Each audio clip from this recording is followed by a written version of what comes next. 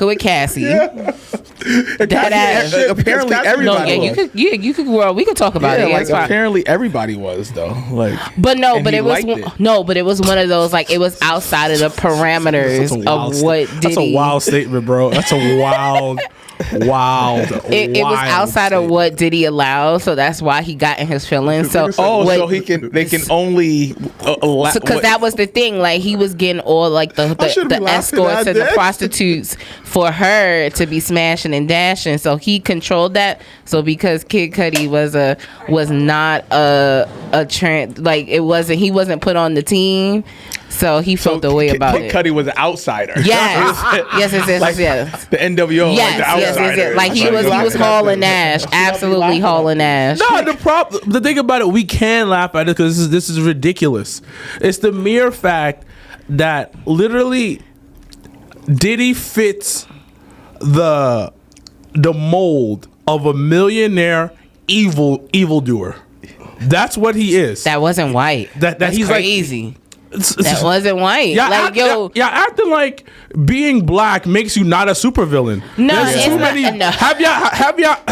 No one said that. No, because he said he's white. No, because normally, like, and not for nothing. Normally, you hear like all these like crazy. Not trying to be crazy, but not all this like the Epsteins and all that type of shit that you would get. Like that's the rich white. Even with Vince, you get that's the rich white man situation. Like so to see Diddy be on some like not only some freak nasty shit, but just on some over the top. Right. Like what the fuck? So this is what I'm trying to say. This is what I'm trying to say. This is what I'm trying to say. Being a freaky nigga has no race.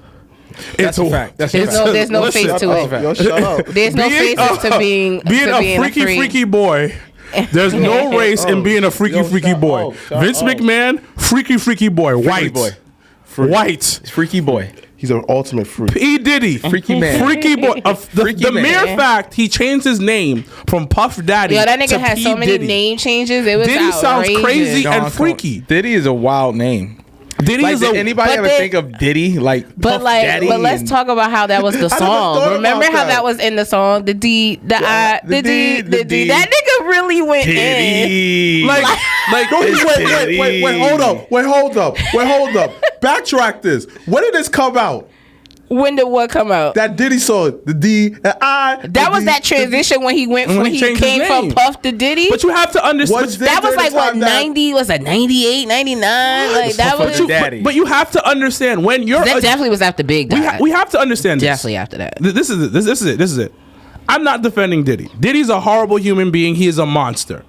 But when you are that powerful, that creative, and that wealthy. Yeah. Your mind is at a different place. Yeah. Your freak nasty level is crazy. You're tapping in to another universe. This is like you know, remember that movie where you go in the closet and you go to another world? The line in the wardrobe? Yeah. That is Diddy and Vince McMahon's mind. Because they don't see reality anymore. Not at all. So I'll give you an example. The other day I was watching the Brett Favre Untold on Netflix. Oh, I just watched it yesterday. Yeah. Wait. So I just watched it yesterday. It was so good. It's on Netflix. Yeah, it's on Netflix. Brett Favre did this? No, it's okay. Somebody else did this. Netflix did because you know they do the Untold series. So Netflix did it. They actually did reach out to Brett Favre. He declined to do the documentary. They reached out to the Jets organization. They declined to do the documentary. It was crazy. It's so funny you mentioned it because I watched it yesterday and Michael had said to me, he's like, "Why'd you put that on?" I said, "Nah, because Brett Favre was out here in these streets trying to be sucking and fucking and stealing all the people money." One of my favorite. So hold on. Let's talk about your favorite. So hold on. Let's talk about your favorite. And the reason why I bring that up connected to what you said to Diddy. Yeah. Okay, so the reason why I bring that up because if you watch the documentary, it talks about how Brett, like when Green Bay has nothing. Yeah. There's nothing in Green Bay. So shout out to Green Bay. So, there's nothing in Green Bay. Not at all. So our cousin played for the Green Bay Packers. Yeah. And I remember one time he was telling me, he was like, "Yo, you're a god out there." My cousin was on a practice squad. Yeah. And like he did a little bit of like you actually played in the league, but it's like he wasn't like really like full time, but he was still a god out there. That's how Sacramento is. But that's what I'm saying. So these small cities. you're considered a god. Yeah. Now, our cousin, practice squad, not a huge player, but played for a decent amount of time. Now, Brett Favre, you brought multiple MVPs. Yep. You brought the city of Green Bay notoriety. You brought a Super Bowl. You brought a Super Bowl to the city. You brought a Super Bowl to the city of Green Bay. Yep. 2, right, or 1? 1, but it didn't. They went to 2. But they went to 2, yeah. So, with that being said, you are on a god-like level at this point. The same way Diddy, who at one time in hip-hop, he was the Vince McMahon of hip-hop. Untouchable. Bad Boy, for especially people for millennials, was the place for hip-hop and R&B. Facts. So, Hot 97, kid. to connect to Brett Favre, when you get up to a level, there are no rules. You are fucking and sucking Hey, yo. at an all-time level. Yeah. So you're freak nasty and your level, because nobody's saying no to you. Nobody's gonna go up against you because you have so much power. It's not even the money. It is the power that you have in your industry. So this is why I say Diddy is a mega level supervillain. He is Vince McMahon. Yeah. Because he can get away. He was getting away with everything. You blow up a man's car, then look behind yourself and said, "Yeah, I did that," and get away with it for years. Yeah, because that's what everybody was talking People about. used to say all these things about Diddy. It was like rumored and all that other type of stuff. But I don't then know about when y'all. Kid I don't Cudi know had one about on y'all. there. Doom. I don't know about Diddy. y'all, but like, I'm 100% sure each one of us have a Diddy story that someone told us about Diddy. Oh wow, facts. But my whole thing with that is, why now? When all of this stuff happens, it's like, okay, today, like he's done this. This is, and then everybody around him knows. But you have to security guards is. You can't get away. But the thing about it, you have to understand it goes. But it goes back. Family, like you never said it. Like no, you're right. But it goes back to what I'm saying though. When your level of power 100% is at 110, like if the level is at 100, he's at 110 because you know what? Because if you tell, I'm ruining you. Yeah. Because that's the level of power that I have. So when the power diminishes, then we can start playing the game. Yo, and But that's having what R. Kelly too. That's what fucked me up about the Brett Favre thing was that old girl had never met her. That's what fucked me. Wait, hold on. You're telling me up. about the story. I didn't watch it yet. Not a spoiler alert. But basically, long story short, Brett Favre was out here trying to be in these streets. Definitely a whole married man. Whole wife had breast cancer, going through all that shit. What? Was out Freaky here sucking boy. and fucking in Green Bay. Freaky Nobody boy. said nothing. Freaky boy. Then gets to New York because then he fake retired. Fake retired twice. Why do that? But that's a different conversation. Oh yeah, I went to Then Minnesota. yeah, correct. Oh, yeah, did that and Freaky boy. fucked up shit. So then he fake retired, then came to New York, came to the Jets that season, He did, and bro. then Aaron Rodgers did the same thing. correct, which is why Didn't make the playoffs. Aaron like- is definitely trying to live in Brett Favre's shoes, and it's ridiculous. But so yeah, he goes to New York, and then he ends up seeing. So there's this in stadium host. Yeah. That was working at the time For who? for the Jets organization. So they started doing like in stadium, like, you know, where people hype up people in the crowd and do stuff how they if you ever went to a football game, they do it. Right. Active, yeah. So the girl that was the host, Brett Favre, magically ended up getting her number from an employee. Power. And like she never gave him his number, like kept getting these random messages like from people telling her like, hey, this guy wants to talk to you, you know, he's the leader of the team. She thought she was being pranked because her being in a male dominant industry, she really was sitting here like, yo, these people are just trying to fuck with me, but didn't Freaky take it boy. serious. And then when your homie had sent her a voice message inviting her back to the telly, she was like, what the fuck? The audacity. The thing about it, like, you have to understand, like, It's crazy. We don't understand super Well, did she villains. say no? Yes. So long story she said short, no. she never met Brett Favre. And he was sending dick pics. And yeah, I wasn't totally gonna spoil that part. Yo, whoa. Just watch. You know what? This is hold on. Wait. Definitely watch. This is a wrestling good podcast. watch. Yes, okay. We'll talk about. We all like sports, and football season is on the horizon. Just watch it.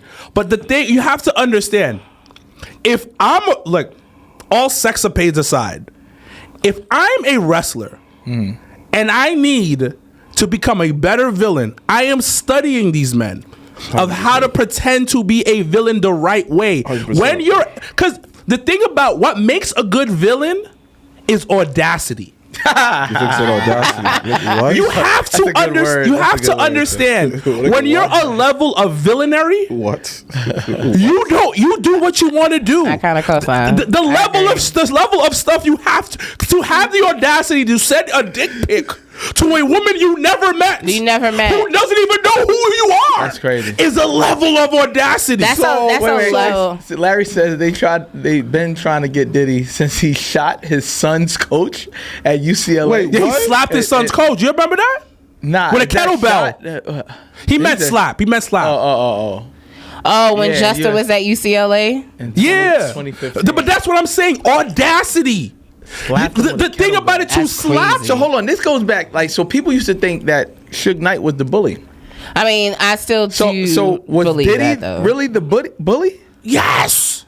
I think Diddy was really the bully. It does make sense mean, though, because like just from our experience people used to growing say up. I'm still not putting it past Tupac you. got killed by Diddy. People say that. Big Yeah. guy. But, like, Diddy did big. So If you really think about it though, That doesn't even make us sense. growing up, it makes absolute it was sense. never the biggest guy Big who was was the on leader. his way out of Bad Boy.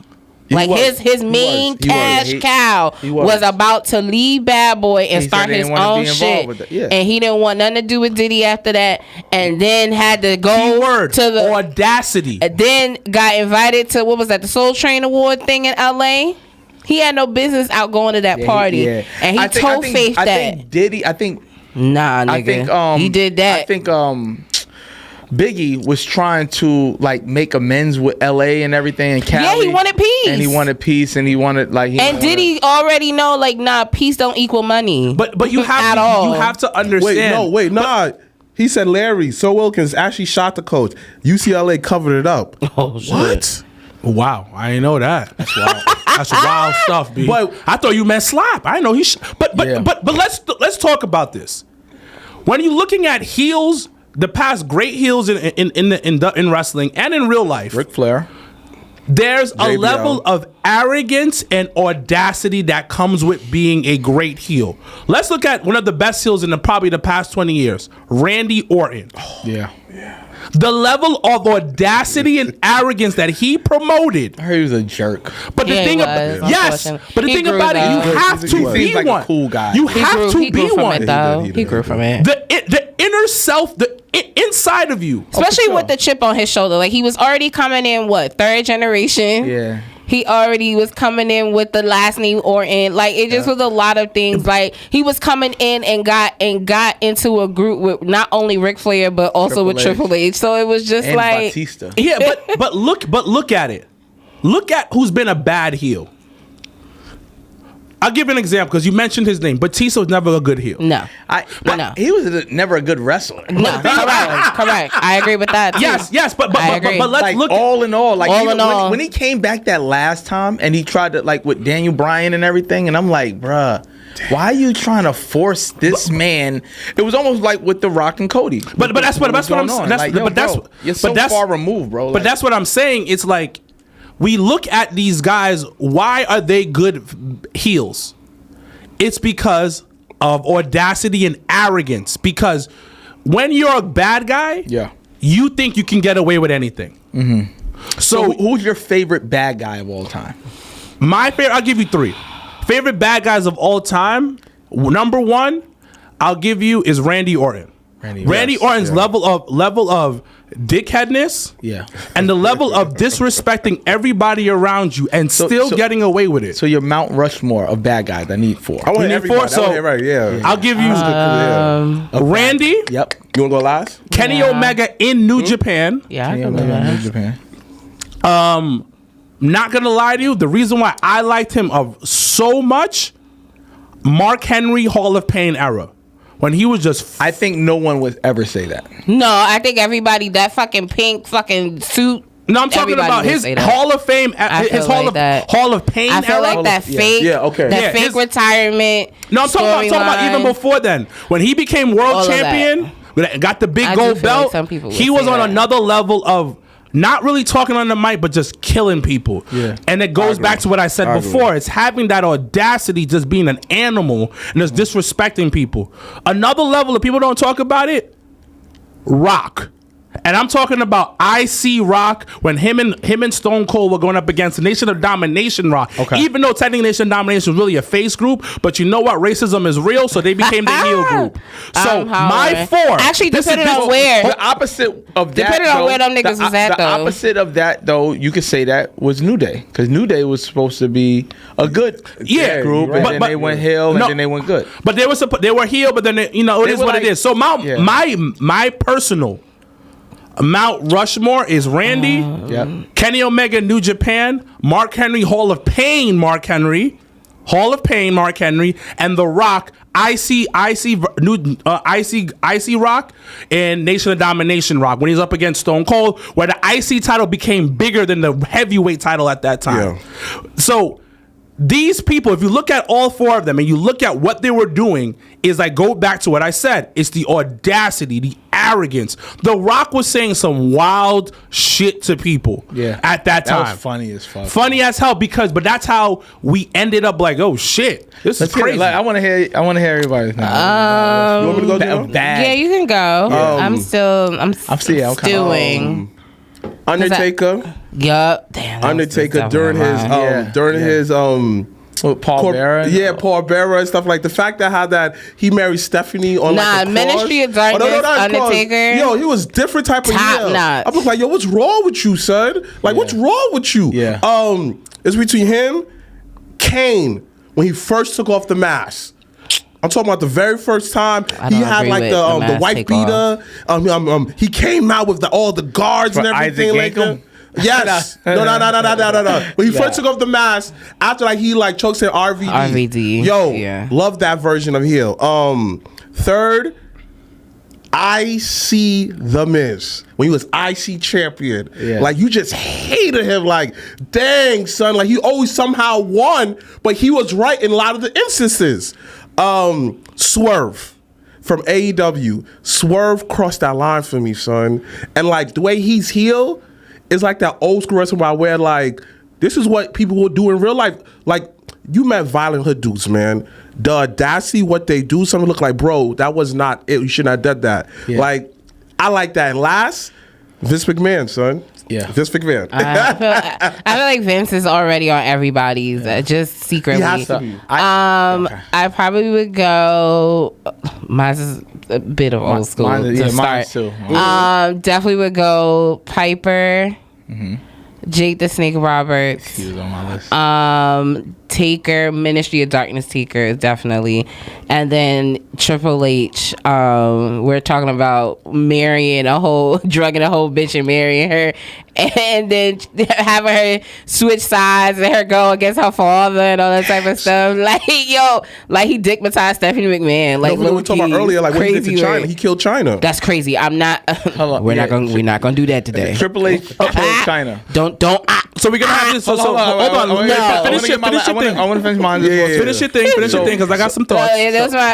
Those are my. Definitely Vince is definitely like, I feel like already at the top, because like just for him to like, and actually we don't really give Jerry the King Lawler as much credit. Horrible heel. He was a bad guy. He was a bad guy. Just on I'm not even talking about like the wrestler part, absolutely, but on commentary, this nigga was violating fucking everybody from like 96 to good like about 99. 2000, like my man will go crazy on the microphone. Like if you ever go back and like even on Netflix, as they do the Raw Vault stuff on Netflix, they have old episodes, and like if you go back and watch an old ass episode with Jerry the King Lawler on commentary, and you're like, did he just say some wild shit? So what's yours? So mine's I'm gonna go old school a little bit too. $1 Million Man. He was like putting money in people's mouths and stuff like that. Like you remember kiss my feet. Yo, you remember the games he would play for people to get money? Come out in the crowd, I'll never forget the black boy that was bouncing the ball and had to bounce it so many times and it had almost did it and then he fucking kicked the basketball. And you lost. That was insane and that was racist.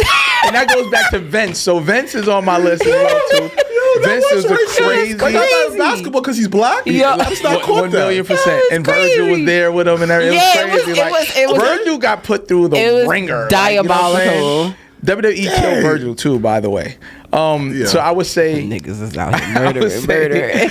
$1 Million Man. You said Vince. That's including your list. Yeah, he's on everybody's list. Okay. So he's on everybody. He don't count. Shawn Michaels on my list as well too. Because when he was a heel, people hated him, especially that Heartbreak Kid era. Mm-hmm. Like they loved him but hated him, and then he kicked Marty Jannetty through the glass and everything. That was like traumatizing for me because I was a Rocker fan. Like, damn. And then that was super bad. And he killed Marty Jannetty's career. After that, Marty Jannetty could never really get back. Marty Jannetty killed Marty Jannetty, but go ahead. Yeah, that's a different story. He was alcoholic. And all that that's different. Try to keep it, I'm trying to, kayfabe.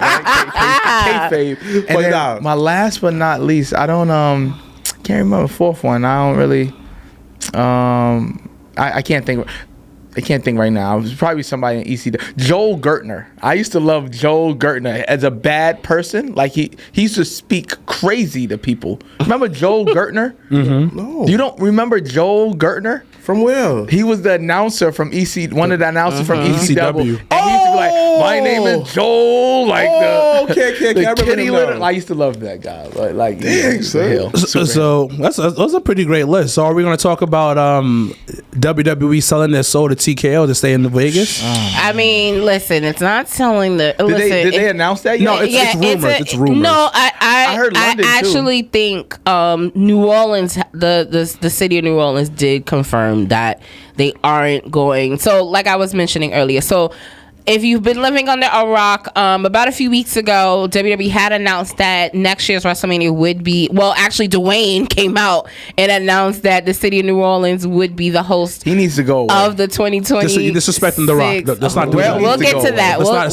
to that. Let's not do that. It's Triple H fault. No, it's not. Don't do that. Mm-hmm. How about it's both of them? Nope. How is it 100? They're both in the room. Don't do that. We will talk about the location first. So, like I mentioned, Dwayne "The Rock" Johnson had came out that last SmackDown. I was actually in New Orleans and had announced that New Orleans would be the host city for WrestleMania 42 next year. And then this week, some rumbling through the wrestling internet news that the city of New Orleans would no longer be hosting this coming year's WrestleMania, that TKO and the city of New Orleans will now partner in doing 3 events under the TKO brand, including a UFC fight next year. I believe Money in the Bank 2026 will now be in the city of New Orleans, and then a future WrestleMania will be in the city of New Orleans. So they're getting, instead of just one event, they're getting 3. But in saying that, then now the rumor now is that WrestleMania 42 will now be going back to Vegas. Viva Las Vegas again for next year's WrestleMania. Which, I mean, in all honesty, because all day yesterday my phone was blowing up about this, and I was just like, half of the people that was telling me wasn't going to NOLA, nor are they going to Vegas. So people telling me I was just like, listen, and for me personally, I rather the city of New Orleans. I love New Orleans to the point where I would rather go with it being non-wrestling, to be honest with you. So much to do, and when a city has WrestleMania, it's hard to balance to doing wrestling shit and non-wrestling shit. So personally, I'm okay with it. But how is like the I don't mind Vegas doing the double back either. WWE gonna be WWE, whatever. How was the indie scenes right there? Was it easier to get to the shows? Were the shows Well, nearby? So the last time they were in New Orleans, WrestleMania was one night still. I mean, not New Orleans, I'm sorry, Vegas. Oh, well, Vegas was fine because GCW held down the Palms and they did all of their shows out of the Palms. Baby so girl, that was fine. I've never been to Vegas. You gotta be like... No, well, so I think they were more organized in Las Vegas in terms of indie shows. So like you had like, I think Firestarter they have a wrestling school, so some of the indie shows were at their school, like Ashe was there. And then like I said, GCW was doing the residency out of the Palms Hotel, so all of their GCW branded shows were in one location, which was a beautiful location. Like that theater was nice, so it wasn't hard to get to. It wasn't, different pricing. It wasn't crazy. So like, I just think in terms of thinking back how in New Orleans, the last time WrestleMania was there, it was still one night. And honestly speaking, I feel like a lot of the stuff was spread out. Like that ROH show was like not downtown. It was like maybe about 25 minutes from downtown New Orleans. I don't think WWE care about ROH. No, I'm just saying he's asking about indie stuff. Because in all honesty, like I mean, WWE is gonna get the best venues regardless. But the beauty part about WrestleMania week for that part is you do get the like independent wrestlers do get the opportunity to shine and to do different things. And because I only remember from that was that year. I think that was the last takeover that Sammy did before he got called up. I think it was Sammy. Was it Sammy and Nakamura? And that had sold out. And that's how we ended up at ROH, because I couldn't get a ticket to NXT, but I ended up getting a ticket to ROH. But regardless of that, I think the downfall is there are certain things. So like WrestleCon, they do the big convention thing, and apparently I do believe they did put down their deposit, because a lot of the stuff like for WrestleMania, you plan a year in advance.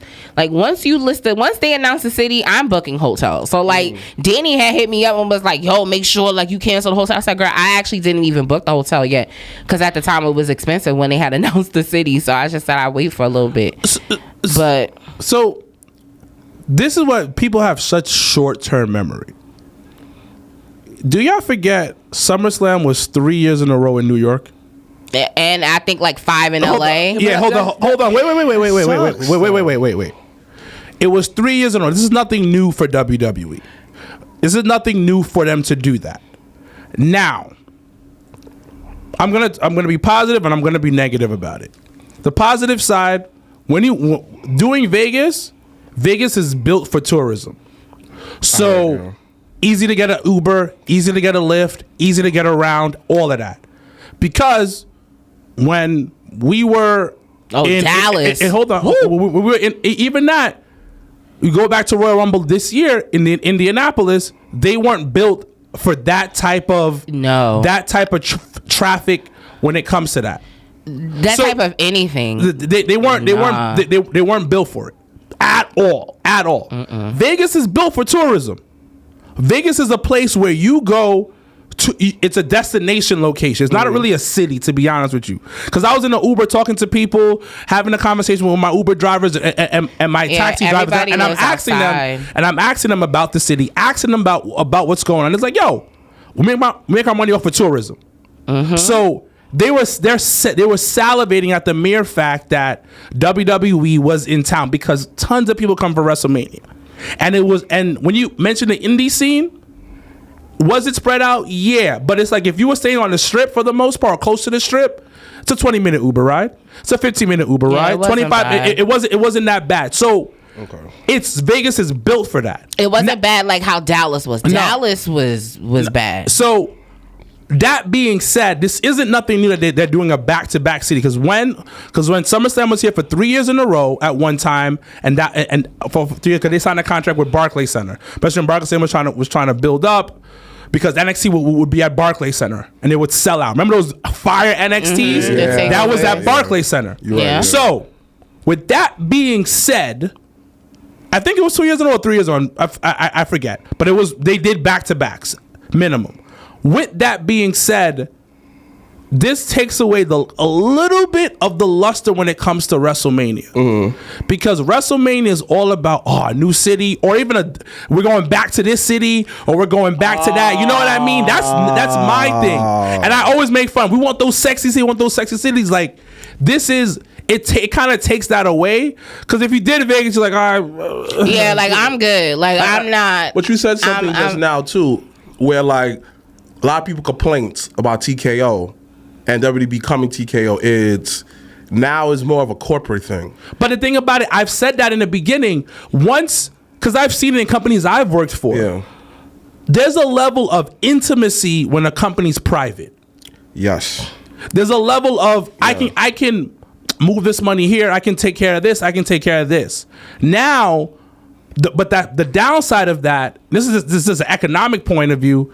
You got to watch the budget a lot more. But the thing about it, you don't get an influx of money from investors. And another thing about it is just like because of that, you mentioned that is certain things that Vince did. I'm not talking about the bad things, the good things, such as paying for Eddie Guerrero's funeral, Russell's funeral. All of that is just like you got to report that. Yeah, you have to. So that it does not like.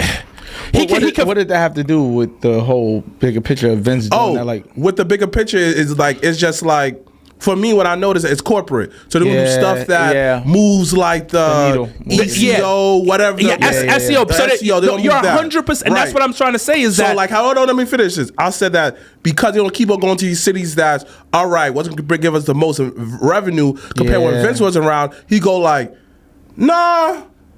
This place gave me this much money. Yeah. I'm gonna go there because I know that I'm gonna sell out automatically over there, and there's no point to like selling tickets record high because people's gonna come because I haven't been at city in so long. Yeah, that's what I mean. But but that's exactly what it is. But what they're doing is like upping the price. So they're always gonna like these records that are being broken are because they're upping the price. Like literally, like where we're at, they're just making it higher and then say because I was like, what the how every fucking gate the biggest gate ever, but literally that even if it's $5 more, what they're doing and they're like, yo, we're gonna break if we sold 20,000 tickets, we're gonna sell 20,000 again, but we upped it by $10. So then I ask you this, and this is something that I was talking to my homeboy about. Me and him were talking, we chopping it up, and I was like, this is my opinion. Yeah, wrestling is coming to a point; it's becoming too cool.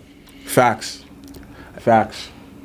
I mean, to the point where you got like now, like even then, no, like even remember those days where you were a wrestling fan, you're like, no, but you motherfucker's a weirdo. But like, even you know what I'm saying? Like, but even to the point cool. where like, now you have we are in game 2. We're heading to game 2 of the Eastern Conference Finals. Shout out to Knicks. Go Knicks, baby. Orange or blue skies all day. Yeah. But you even having all the reporters going back to that segment from SmackDown of Jalen with wrestling and with wrestling. So that to that point of it being too cool, like when you even think about 5 years ago, ESPN wasn't talking about WWE shit. But that's First Nick Take Khan. Wasn't talking about WWE shit. That's Nick Khan, though. But that's what I'm saying. When Nick Khan, I think the move started with Nick Khan. Absolutely. Absolutely. That was a chess piece that I don't even think WWE does not need TKO.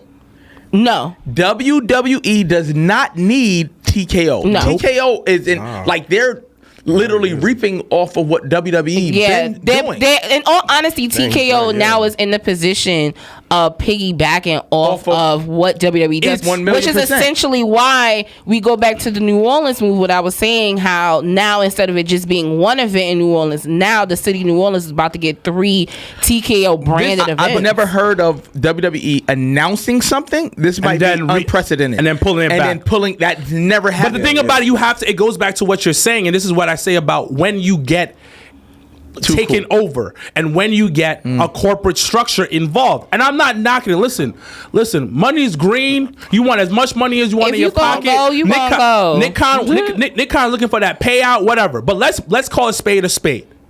You said it, you kind of said it, and my brother said it. TKO is a vampire. They're literally. Let's go to Sinners. They're eating. They got invited in. And they eat. They eat. And the thing about it, I'm not knocking it. I'm not very good. I'm not knocking it. I'm not knocking it. I'm not knocking it at all because it is what it is. That's why the American way is you get a business, you sell it. Yeah. That's the American way, point blank. But when you look at it and you look at the bigger picture on the situation, it's become so cool, which is great because, like you said, I want that segment on ESPN. I want people to talk about it. I want people to see like, yo. But now, do we really want that? As wrestling fans, do we like all this attention? And I think with Vince, he was on his, he was always. So wait, Vince teetered. I'm not going to interrupt you, but like, one person at a time. I got one person at a time. Go ahead. So Vince was on a trajectory of like, okay, we're at this status where we're making money, we're doing great, still a family-owned business, right? But then it never, he did so much dirt behind the scenes, but nobody really cared about it because it's wrestling. Like, you know what I mean? But when you get to that status where we're on ESPN, we're on this, we're on that, and now it's mainstream, you got to clean up. And people were trying to clean up Vince's behind the scenes, and I think it caught up with him. No, and you know what's so funny? Right. That absolutely happened because remember Tampa Rumble when all that shit blew up that week of that Royal Rumble in Tampa when Vince and all the allegations, that was that week that news hit the floor. Yeah. And that, what was it, that Thursday, either that Wednesday or Thursday of that week, one of them sponsors pulled out of the Royal Rumble because of the shit with Vince. And then maybe about 2 hours before that show, we was at the pregame outside that fucking stadium, and them niggas said Vince stepped down. But I kind of feel like it was a catch-22. It was Vince stepped down and the sponsor was back on. But it's kind of like crazy. this way. Like, I have to agree with all y'all say where like I feel wrestling is a little bit too cool now because, for example, right, I used to get an NWO shirt from anywhere. May cost me like sold out, B. $20, $25. You feel me though? Now to get a throwback shirt, it was like $50 because everyone wants it now. And the newer shirts, nobody wants. I'm looking like, nah, I want the shit I grew up with, son. Shit. I saw rappers outside, and I'm not gonna say names, but rappers outside of the Garden selling wrestling shirts. I'm gonna even say this. I have a vintage Razor Ramon shirt that I want to get a new version of, right? Mm-hmm. I remember that shirt, yeah. The yellow, black. Yeah. Oh, yeah. So I have a vintage version of it. It's a little messed up. I want to get a new one. Every time I look online, it's like $300 to $500. That's crazy. Yep. So the thing about it, I'm torn because you want this. This is something that all four of us love. You want growth. You want growth. You want that. But when does the bubble pop?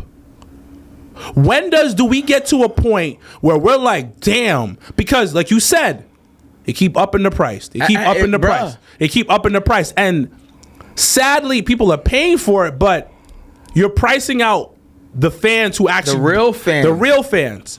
So like even with Nick games, like you know what I'm saying? We go like I used to get free tickets to Nick games and stuff like that. Facts. I used to work with the community affairs and we get free tickets. Liberty, like the Liberty will win. It's like when people start winning, that's when the price goes even crazier. Like, you know what I mean? You forget about those fans who are with you. So, like, not a segue into TNA or anything like that, but I'm going to Slammiversary. Like, I kind of like fell in love with TNA and kind of like, and I was a big Dolph Ziggler fan, so I love when he went over to TNA and kind of like revamped his career. Yeah. Like, the Hardys, it's still a business for that as well, too. You know what I mean? But I think that WWE is overpricing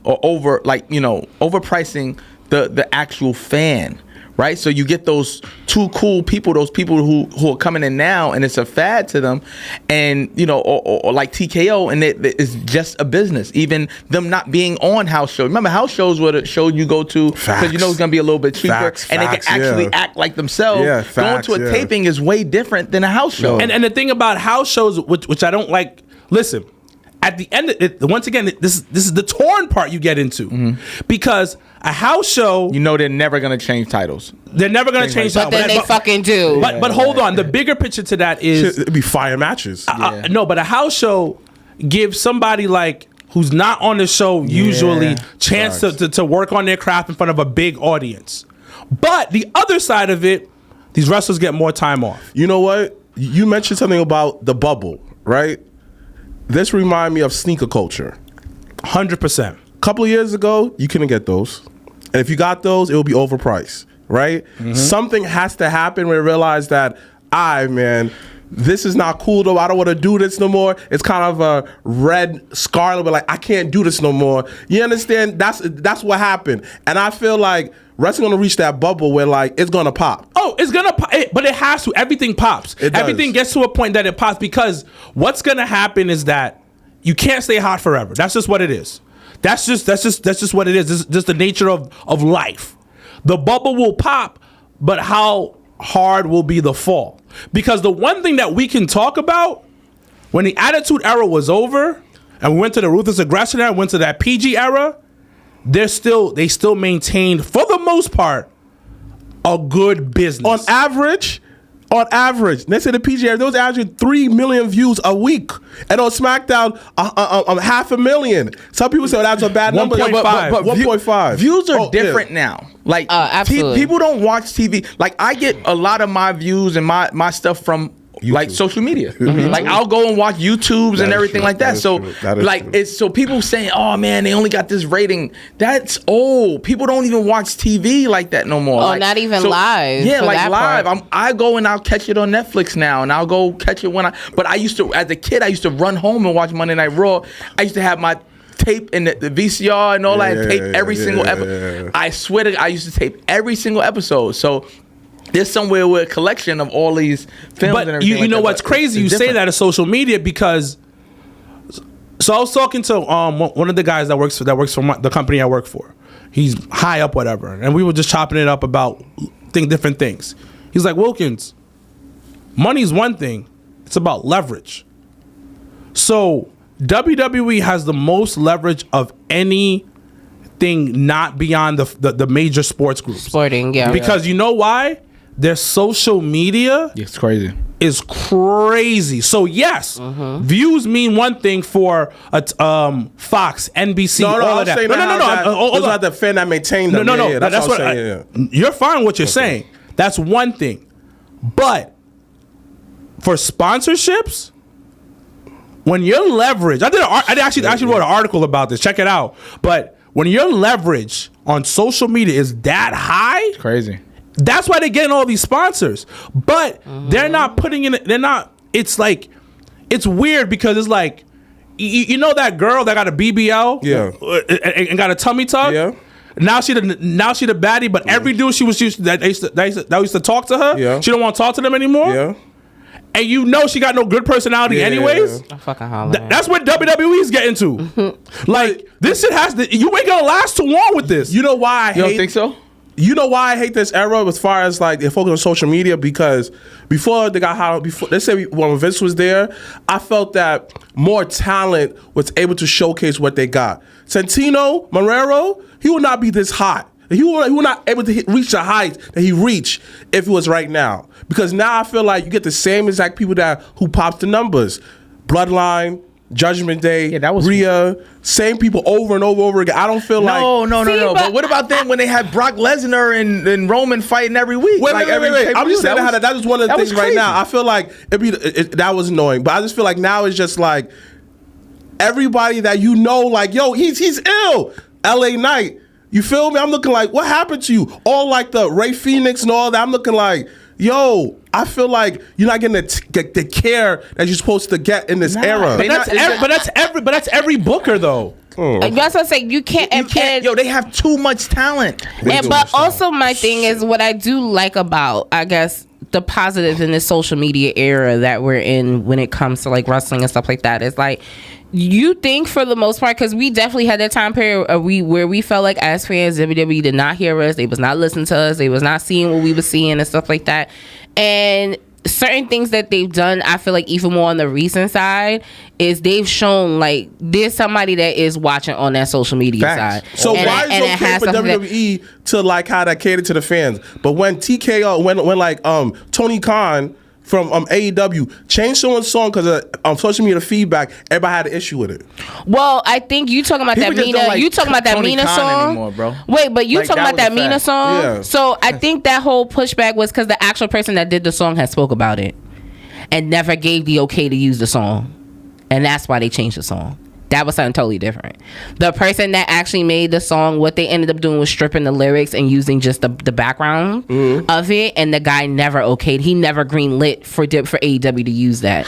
So that's why killing the creators. That's why they had to double back and change the song, because they didn't get the okay. And the guy he got on social media and said like, "Yo, it's crazy how this happens," and I didn't even give them permission to use it. And it was just like, damn. But no, even honestly, a really good example right now is with Karrion Kross.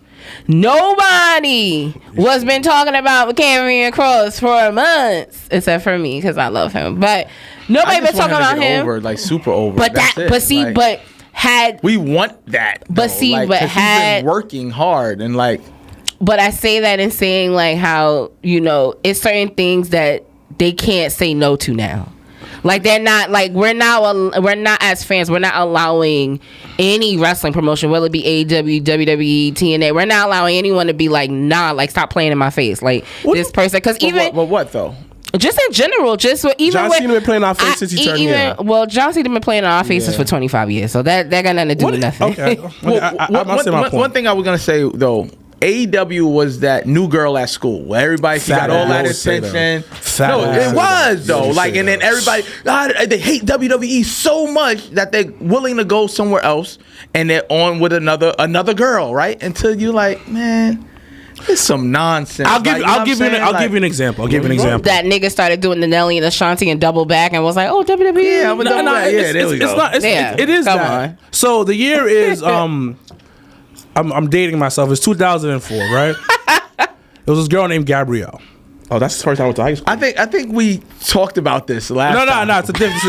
I promise you, it'll always be a different girl. I promise you that. A woman.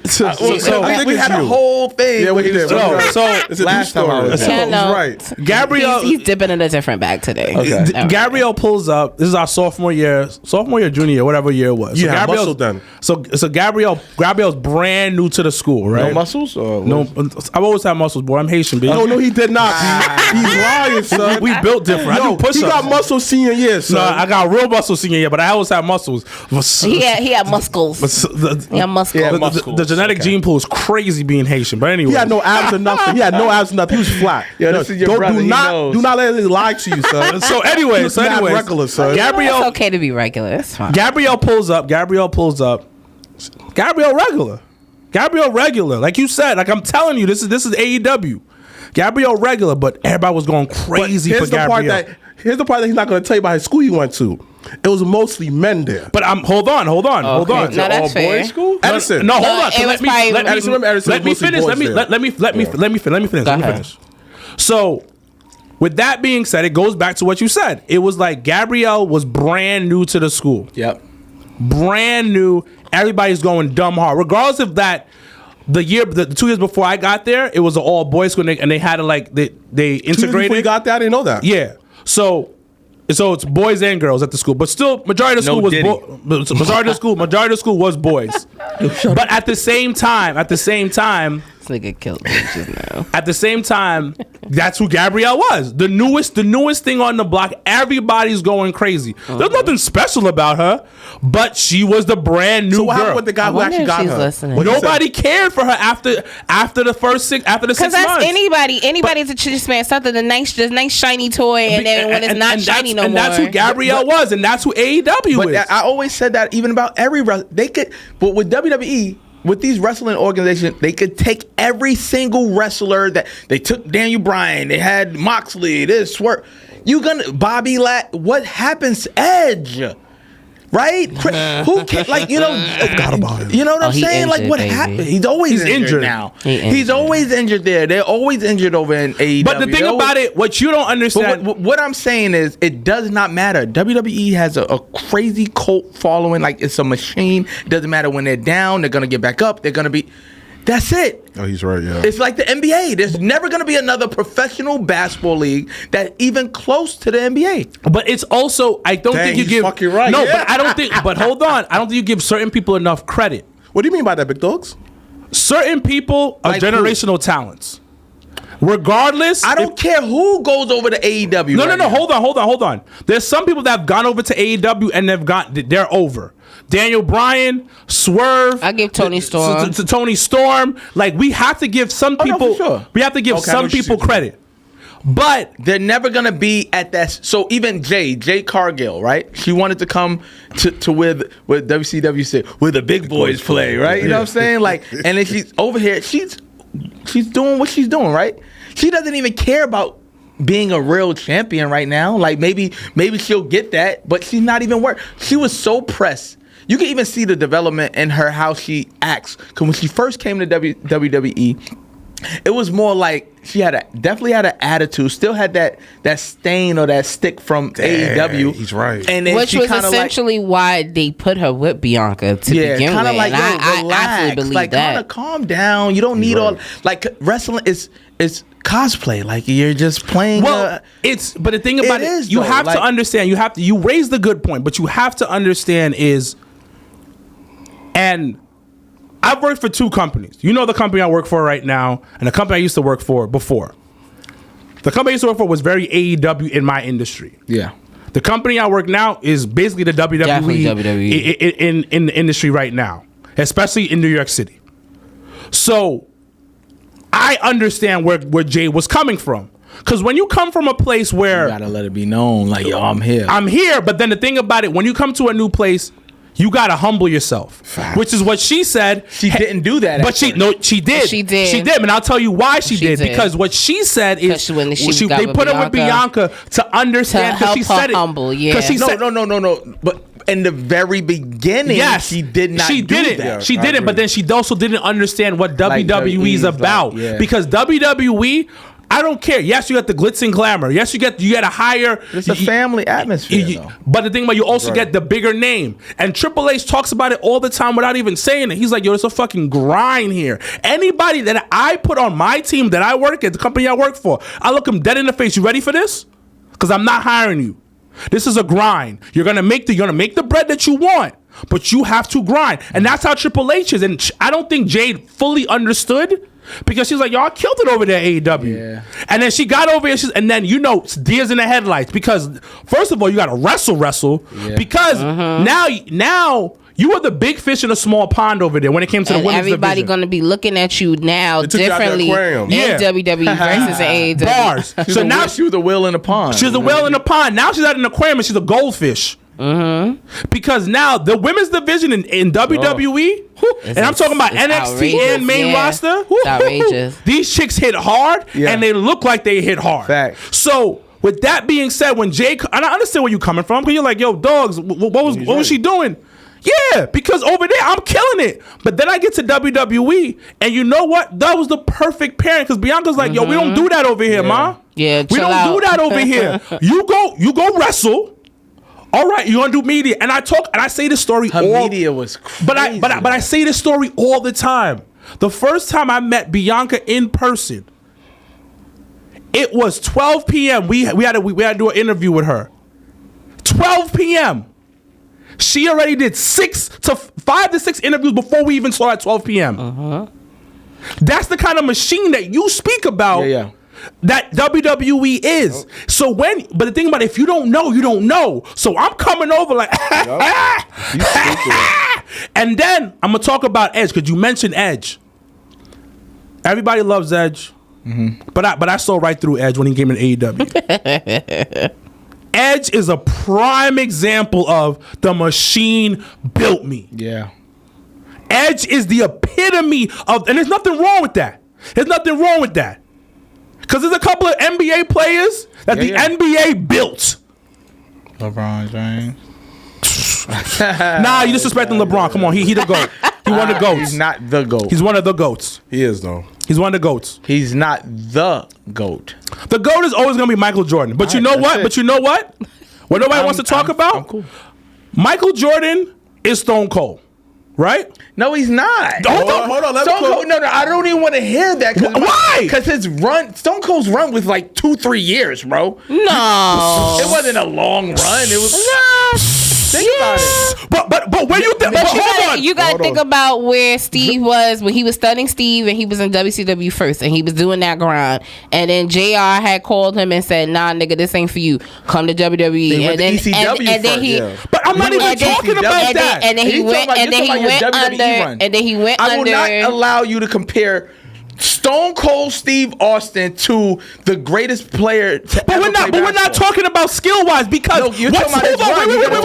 Wait. No, he's wait. talk about his run. Hold on. No comparison. No, because there is a comparison. Because Michael Jordan, what he did for basketball is almost equivalent to what Stone Cold did for WWE. Without Stone Cold, and y'all niggas know I am already a rock fan, but we cannot deny what the type of money Stone Cold brought to wrestling. Think about it. Because the same type of money. It was a small sample size. Nah, think about it. When you have, listen, think about it. Save WWE low key. Dead ass. Because when you think about it, look at Jordan. Everybody. The same way Michael Jordan saved basketball. I'm not even like a sneakerhead or none of that shit. Every single guy would go for a Jordan, just like every single person would go for an Austin 316 t-shirt. Thank you, Janelle. You can't do that. Thank you. All right. And I'm just saying, and this is coming from a dead ass. I'm more of the Austin fan. Got than it. he is. Awesome. So what I was gonna say, I thought he was talking about the longevity of Michael Jordan. No. So all right, cool. No. From that standpoint, you got it. I know I got it. I know I got it. Talk about that. So I got it. Your point of Austin saving the impact. Yeah, the impact on basketball because it's the same as Michael Jordan. Yeah. Thank you. Bird and all them guys. Yes. Because I got it. So I thought he was gonna say the longevity. Talk about the money. Because I kind of got it. Because even Austin says like, "Yo, he knew after that match with Rock, he said, I'm because good. like people forget, I walk away during that whole new generation era. There was taping shows. Yeah. There was in high school gyms at one point. Smaller venues, smaller than AEW venues. With WWE? People, at that time before Austin came, stuff like that. The new generation era was 80s basketball. Absolutely. Yeah. It was so bad, bro. And that was a grind. Bird and Magic were Bret Hart and Shawn Michaels. Yeah. They kept the lights on. Bret and Shawn kept the lights on. Yeah. You gotta give it that. Yeah. They kept they generally kept the lights on. To his point, I thought he was gonna say something else. No, I thought he was understandable. Gonna say Jordan, like the longevity and everything. No, I understand. I was like, no, it wasn't that long. Yeah. But his impact. Absolutely Crazy. Stone Cold, when he had the King of the Ring, when he won that King of the Ring and he became Stone Cold Steve Austin after beating Jake Roberts and everything like that was it. So that's what they that's your question. Yeah. That's transition. Do you think Roman came close to that level of Austin? No. And the reason why I'm not trying to shit on No. It's a good point you're raising, but so this is it. Wrestling became because he didn't take him out of the darkness. Yeah, they were. We're ready. Like Roman built upon what was already built upon. Roman is LeBron. Roman is LeBron. Fact. He's LeBron, and I say he's LeBron because he's the chosen one. They're what WWE wanted Roman Reigns to be. That guy. Roman Reigns actually didn't do what they wanted him to do to become the person that you like and everything, right? You know what I'm saying? Well, she hates Roman, but this tribal. He had to go. And Dwayne Wade. Vaughn said, "Who's John Cena?" Seth Rollins. Kobe. Seth Rollins. Seth Rollins. John Cena. What do you see Seth Rollins? John Cena's Kobe. John Cena's Kobe. Yes. Yeah. Because Kobe followed the same blueprint as Michael. Right, yeah. John Cena followed the same blueprint as Hogan and stuff like that. You on today, bro. I love basketball. I love wrestling. I love basketball. I love wrestling. Especially 2000. Especially early 2000s. Like, Kobe's my favorite player of all time. So this is Kobe's retirement. Because like it does make sense though, because he's gonna shoot 50 times and miss and only make 10. Because like when Kobe was getting shitted on because what he did in Delaware, in Denver and stuff like that, people forget. Kobe got shitted on for a good ass minute. He didn't get MVP. None of that. Because what he did. And at one point, he did quit on his team in the playoffs. He did. He didn't shoot the ball. It was Game 7 against his son. Had to teach niggas a lesson. Just like how John Cena had to teach niggas a lesson on the mic. And the way John Cena had to bury what's her name to prove a point. Yeah, No, He killed Roman. the only person John Cena I felt like buried was definitely Rusev. he also buried Nexus. I didn't see that. Go back and watch that WrestleMania. Yo, that WrestleMania build up. What is Rusev doing right now? I haven't. Oh, he's I know basically he came doing back. what he wanted to do in AEW, just on WWE platform. So he's basically just doing his Redeemer character So, on it kinda feels WWE, this which is way, right? fine. Like, I actually don't mind it, and I actually like the fact that they're giving him more like time to talk. I feel like that was always the disconnect with Rusev, was just like, y'all want me to take him serious, but I've never seen him in a serious, or I don't hear him talk. But so I now kinda- hearing him having these vignettes that he's been having on Raw, I'm like, okay, these are actually not But that I kind of bad. feel like a lot of these guys who's coming back, Rusev, Malachi Black, AEW wasn't what they expected. right? But I kind of feel like now, Gabrielle. right? But I kind of feel like now You don't see the the Alistair, his name is Alistair Black, right? From high school. Yeah, what about Alistair Black? Yeah. Alistair Black, Rusev, Sheamus. I feel like they become more of the mid carders. Because I'm not going to see some of these guys as world champion no more. I kind of accepted that, but I think that Triple H is filling his mid card with these older guys. You know what it and is, that's though. not a bad thing, though. You know what it is, though. They're just people who are people. They're making money off of these action figures of of these characters, bro. Like, it's literally like you're a fan of. If you're a fan of this person, you can see them. You could autograph sign. It's more of a business than ever before. Like, the contract that I'm paying you, we're gonna make that 20 times over. We're gonna make sure that we make that with these signings. I give the best example. Penta. In all honesty, Fire. is the best example of that, of like taking made his money somebody and like just here and make it rain, because they literally signed him. And what was that Rumble? Yeah, because it was him and Ray coming out 1 and 2 at the Royal Rumble. That Rumble weekend, they were doing the meet and greets in Indianapolis. Penta was sold out. That nigga the ink wasn't even dry on the contract, and the nigga was signed out. Even in Vegas, literally, you had people with masks, you had people with Penta t-shirts. Danny had her Penta jacket, and everywhere we went, everybody was like, "Oh, Zero Mero." I mean, we were like, "What the fuck is going on here?" But you have to understand, though. You got to get this. Mexicans, and you know this. Yeah. Rest in peace, Vince Steele. Like, Mexicans. He's Mexican? No, I mean, so he did an event. He did multiple lucha events. He did lucha. So you have to understand, it's like, that lucha event that Alberto Del Rio, he was supposed to wrestle Del Rio, and Del Rio never came. Mexicans. It's like how Japanese is with wrestling. Like, it's part of the culture. Like, they praise lucha libre down in Mexico. This signing, and it goes back to what you were saying. It's business. It's business because we about to take over AAA. Yeah. Now that's Triple H. And then I say all these pickups, right?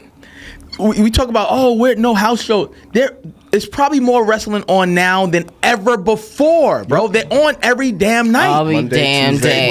They're on different Friday, networks. They're making super deals. Like, they're on Netflix. So at the end of the day, it's just, okay, TNA. Trick Williams, go to TNA. They're giving these places their talent. They're loaning their talent to actually build up these other organizations and put other eyes on it, and that goes back to going with a partnership. What if these signings that they having is not really for the EEE? It's not. It's not. Like, you just said Do you honestly think? I knew from when they signed Stephanie Vaquer that was never about. It was the first Chilean woman to be signed by WWE that had a big following in Mexico. And what's the area that we want to target in the next 2 years? Mexico. Because I'm thinking about it right now. But I knew that from when they signed her. Nah, we're gonna save you. Put you in Mexico, become a huge star. 100%. They will love Rusev in there. Because I'm still getting my AAA. So do you think that they saving people like Omos for international? But 100%. Yes. You see Omos. It's the same thing. They did what? You're gonna ask questions. You're like, when they had Omos go to Japan and win them tag belts. Yeah, but that was a big deal. He had never wrestled in Japan. So do you think that the Giants not dead, but they're saving it for a global market? Yeah, but Triple H has said that about Omos. He said that. So I'll say this. They're not gonna release him. I'll say this. Where's Titus O'Neil? And he's an ambassador for WWE. But he's actually doing that the King's Court episode show Let's on get Titus Peacock. O'Neil at Ballin' for Peace this year. So I'll say Let's get him there. I'll say this. Yo, that would be perfect. When you look at it from a bigger sense, and I've always said this, WWE is now following the NFL's model.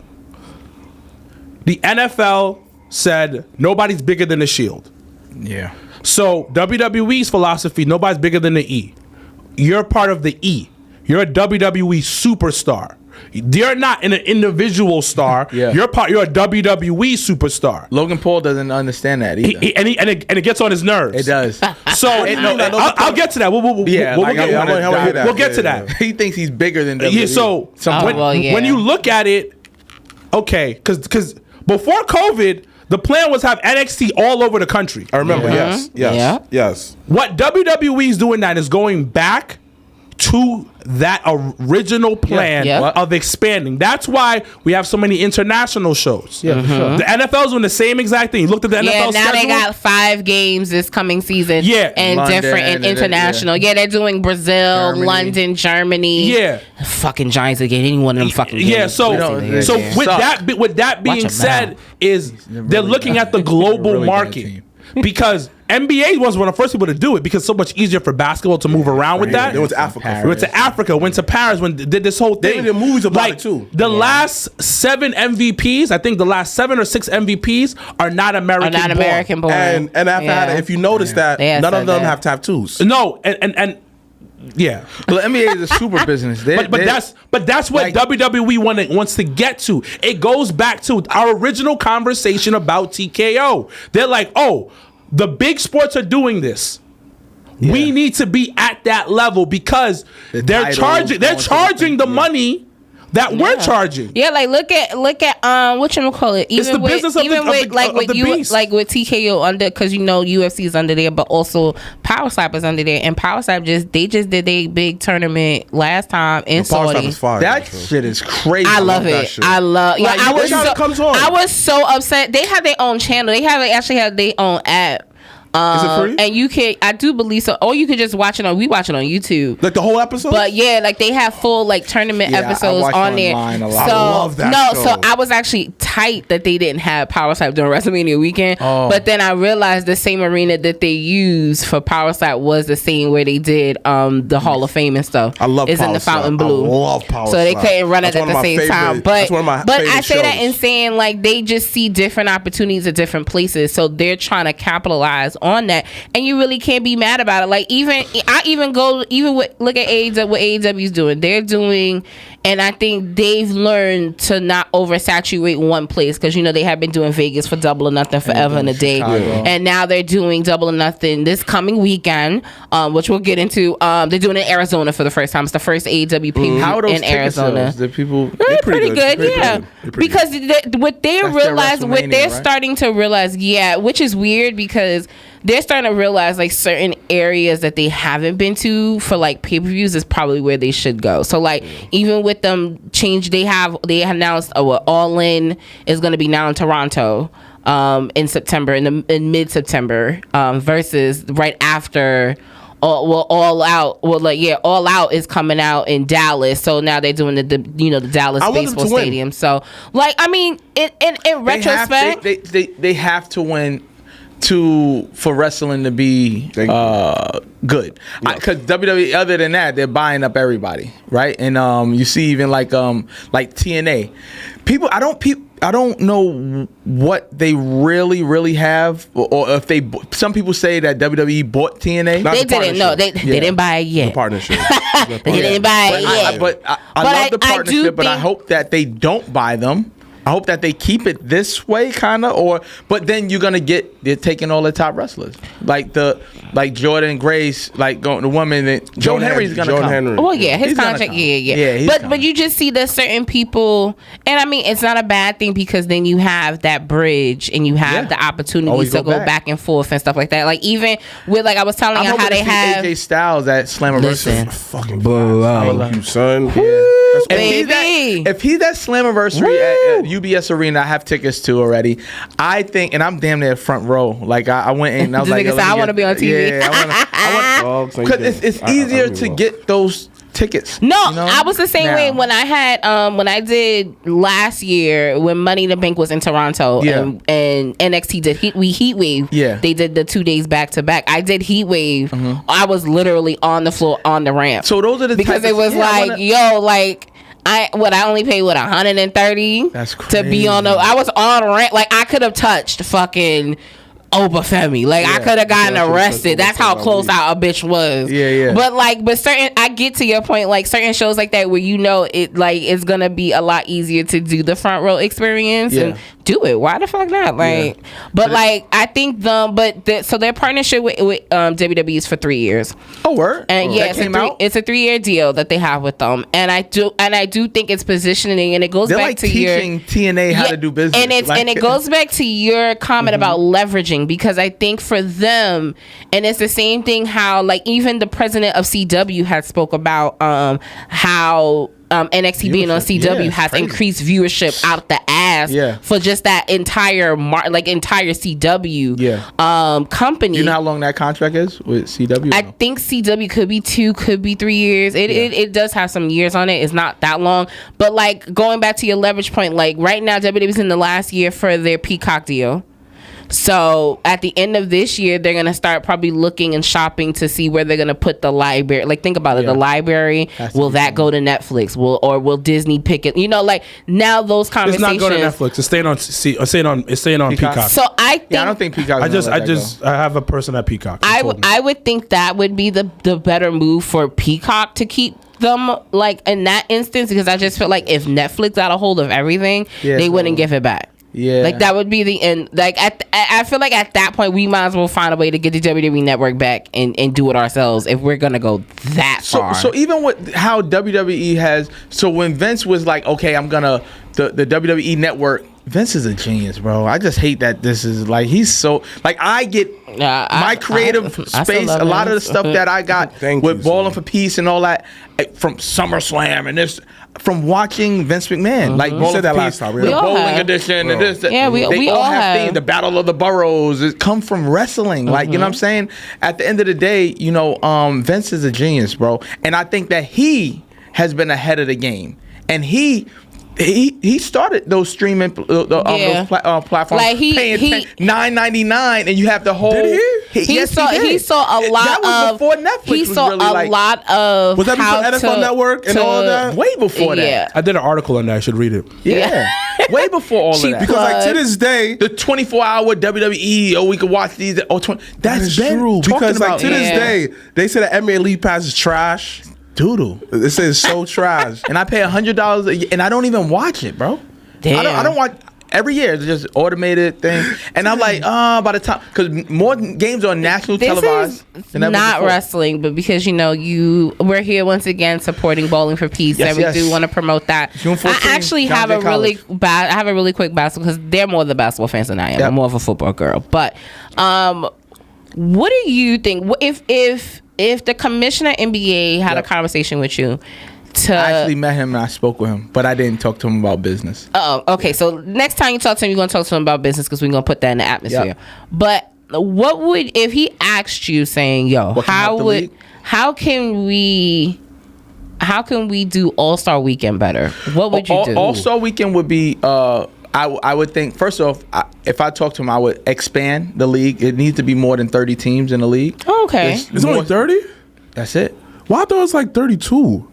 I think NFL. Yeah. NFL got 32 so teams. It's only 30 teams. So even the numbers, it's only 360 active players that play in the NBA. It's 12-person. It's 15-man roster, right? So it's 450 players who play in the entire NBA. 360 are active. You only have an active 12-person roster. You have 3 who are like, somebody gets injured, practice squad. Like NFL, they have like 77 people. It's a lot of niggas. It's crazy, but only like 52 who was on the active squad. But like, so I would say, go back to the original All-Star Weekend, right? you still have the slam dunk contest. People want to see it, though, right? Still have the slam dunk contest. I love the 3-point shootout, things like that. Those are traditional stuff that people go to. The All-Star game, if you watch the All-Star game back from like 91, 92, 80, 88, like literally just have players like, it's something that you can't actually do, but all the glitz and glamour of it, the trash stuff that they're trying, the 4-point play to this, to that, take that out, go back to original standpoint, and let these people know, oh, bro, if you're going to play in the game, you can't force anybody to do anything, right? You cannot force anybody to do anything. But to see how the playoffs go, and those pride and how those people are playing in the NBA playoffs, I think you got to, just have talks with them and stuff like that, and just, hey, this is you're selected to the NBA All-Star game. Kind of magnify it again. Like, make it into something like it's larger than life.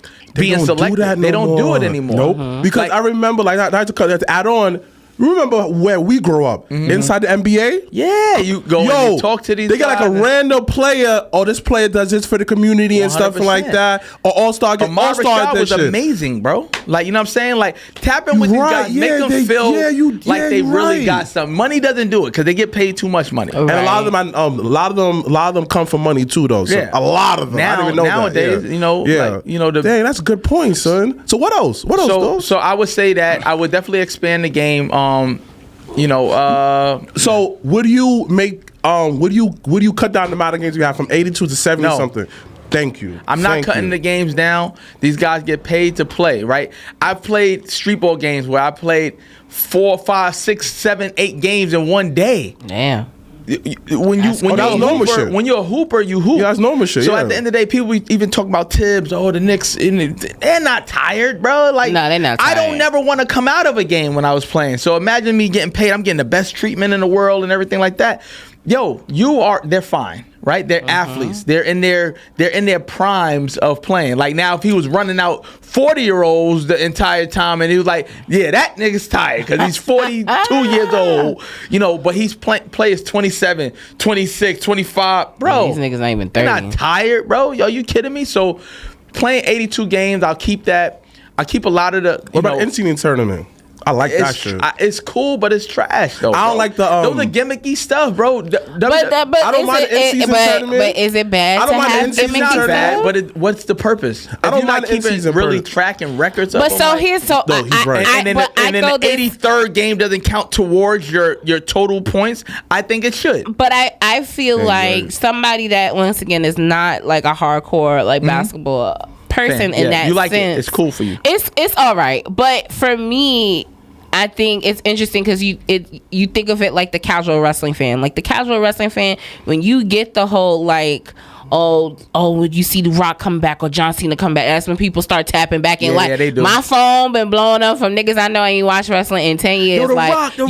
John Cena's back. Oh shit, Dwayne's back. Like it's crazy. So it's interesting on the NBA side for me. Those are commentators. I specifically I'll make sure, all right, All-Star game, I'll watch because I'm like, all right, let's see what happens. This All-Star game probably was the worst All-Star game of all time. I didn't. What's crazy is that so bad. Great idea. Like, you know what it was? The wrestling fan in me and because I played. It was so bad. I played Not 2K. Even full games. No, I played 2K. WWE 2K, and they have the My GM mode situation where you pick your own roster, you play, you book your own matches and do stuff like that. I did like the concept of them niggas being GMs and them picking the players they wanted. I did like that because it was something different. No, but it was 4 teams. It wasn't just, it was the young players and keep the rookie versus the sophomore game. Keep the rookie game going and have an all-star game. Pick 15 players. Stop picking the 12. Pick 15 players. Let them play it out. And if dudes aren't playing like that, sit their ass down. You know what I'm saying? Okay, LeBron fair. Not playing in the all-star game with Anthony Edwards. Was that by choice? He's talking about, bro, don't accept the invite then, bro. Like, if you're not gonna play, and then he did it the day of. Yeah, he didn't even get nobody a chance to replace him. And these are the things that I have a problem with the people's GOAT, right? Because he's not the GOAT, right? So I have an issue with that. If you're supposed to be the face of the league and you're doing nonsense like that hurts the game. It makes people not care about the game. Right, and if your top guy, but if your top guy doesn't give a fuck, why should anyone else? Like how that, like again, I'm a LeBron James fan. You know what I'm saying? I see Jordan and stuff like that. To me, honestly, Jordan is like the default goal for everybody. We all have personal goals. Yeah. But what you said, as somebody who is basically the face of the lead, there's certain shit that you can't do, son. And he made it cool to do weirdo stuff. Like, he made it cool for you to go to your rival's team, bro. Like, he made it cool to go to a Dwayne Wade's team and Chris Bosh and add in all these.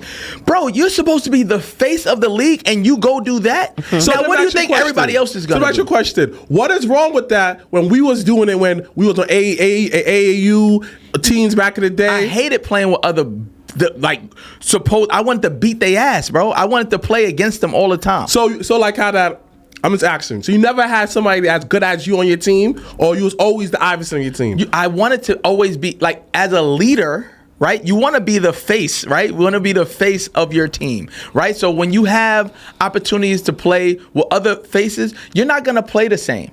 You're not gonna be the best you. It's not gonna be super missable. You're gonna, you gotta pass up a little. You got a wide open shot. Oh, let me make sure that Steve is good, right? You know what I'm saying? At the end of the day, when you that killer, like Jalen Brunson, case in point, he was that killer, right? But he played behind Luka.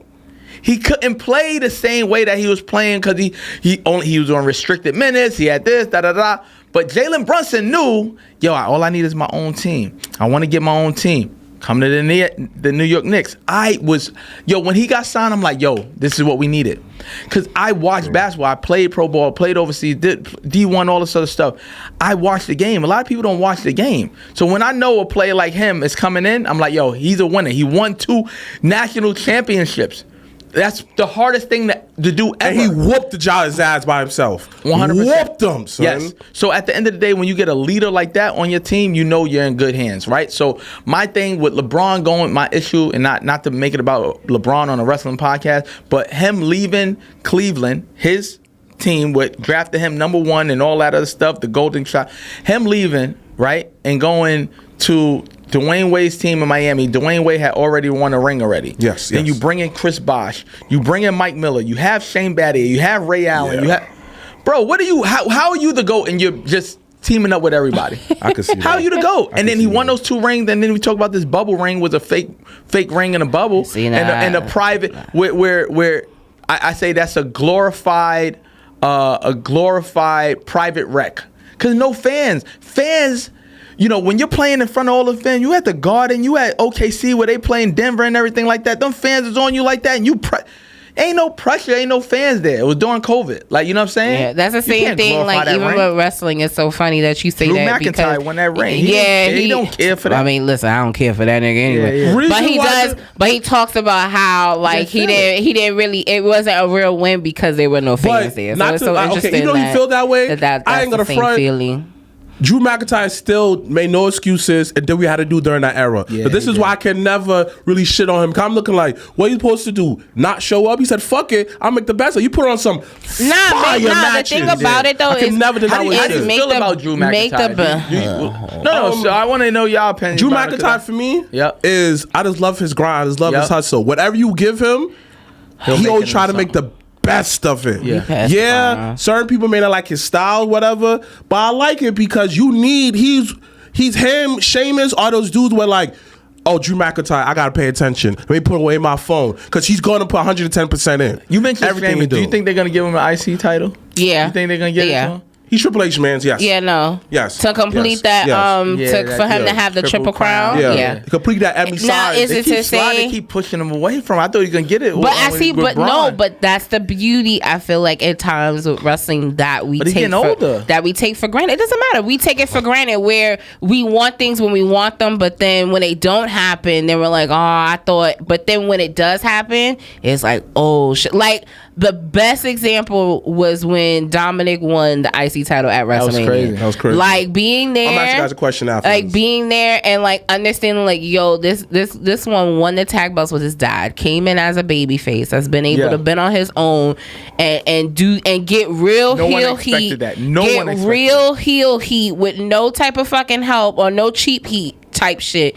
Like did what he's been supposed to been doing, and for that, like for all of us in that stadium to pop the way that we did when he fucking won that belt, and then for him to double back and like for him to get his flower, like that is a future world champion that people will not really talk about, but it is amazing to see the journey in Dominic and that IC title. Yo, and that's what I tell you, when he won that belt, the whole stadium lost. So the match guys go for question. Oh my God. When it's too late for a wrestler to get what you're expecting from him, like how that, what in your eyes looking like, it ain't the same. Yeah, I don't know. I can't. So you say that, and I can't. It's probably happened, and I can't pinpoint when it happened because I wanted somebody. So like somebody like what I would think is like Jake Roberts never winning a world championship. Yeah, Piper, me. Like and Mr. Perfect never getting the. So that's how tough it was back in the day to get, and people like Hogan holding people back and stuff. Yeah. Like Mr. Perfect should have won a world championship.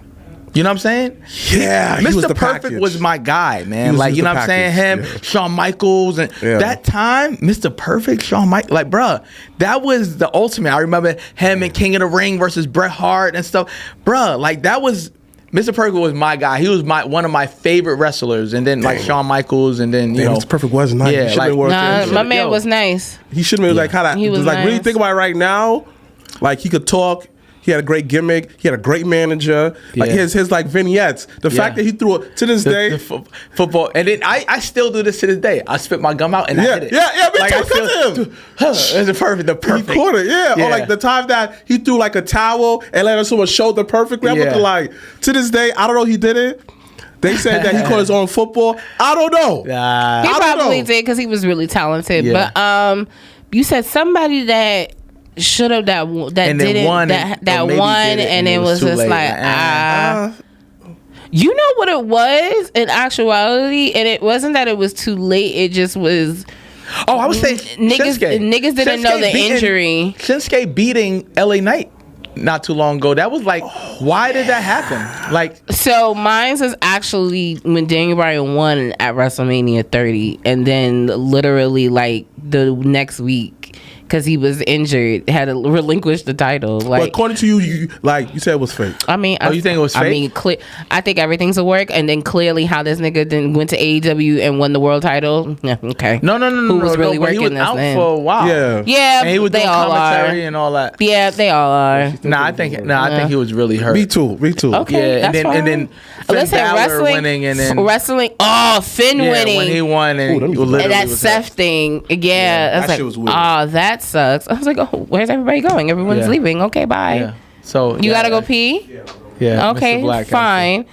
But all right, I guess it'll give us the opportunity for you to plug your show. Your how many years are we in now? This is the 10th year, right? Of Ballin' for Peace, but it's the 9th game that we're doing because we didn't do one during COVID, right? Because I didn't want people to be running around with masks on or getting sick.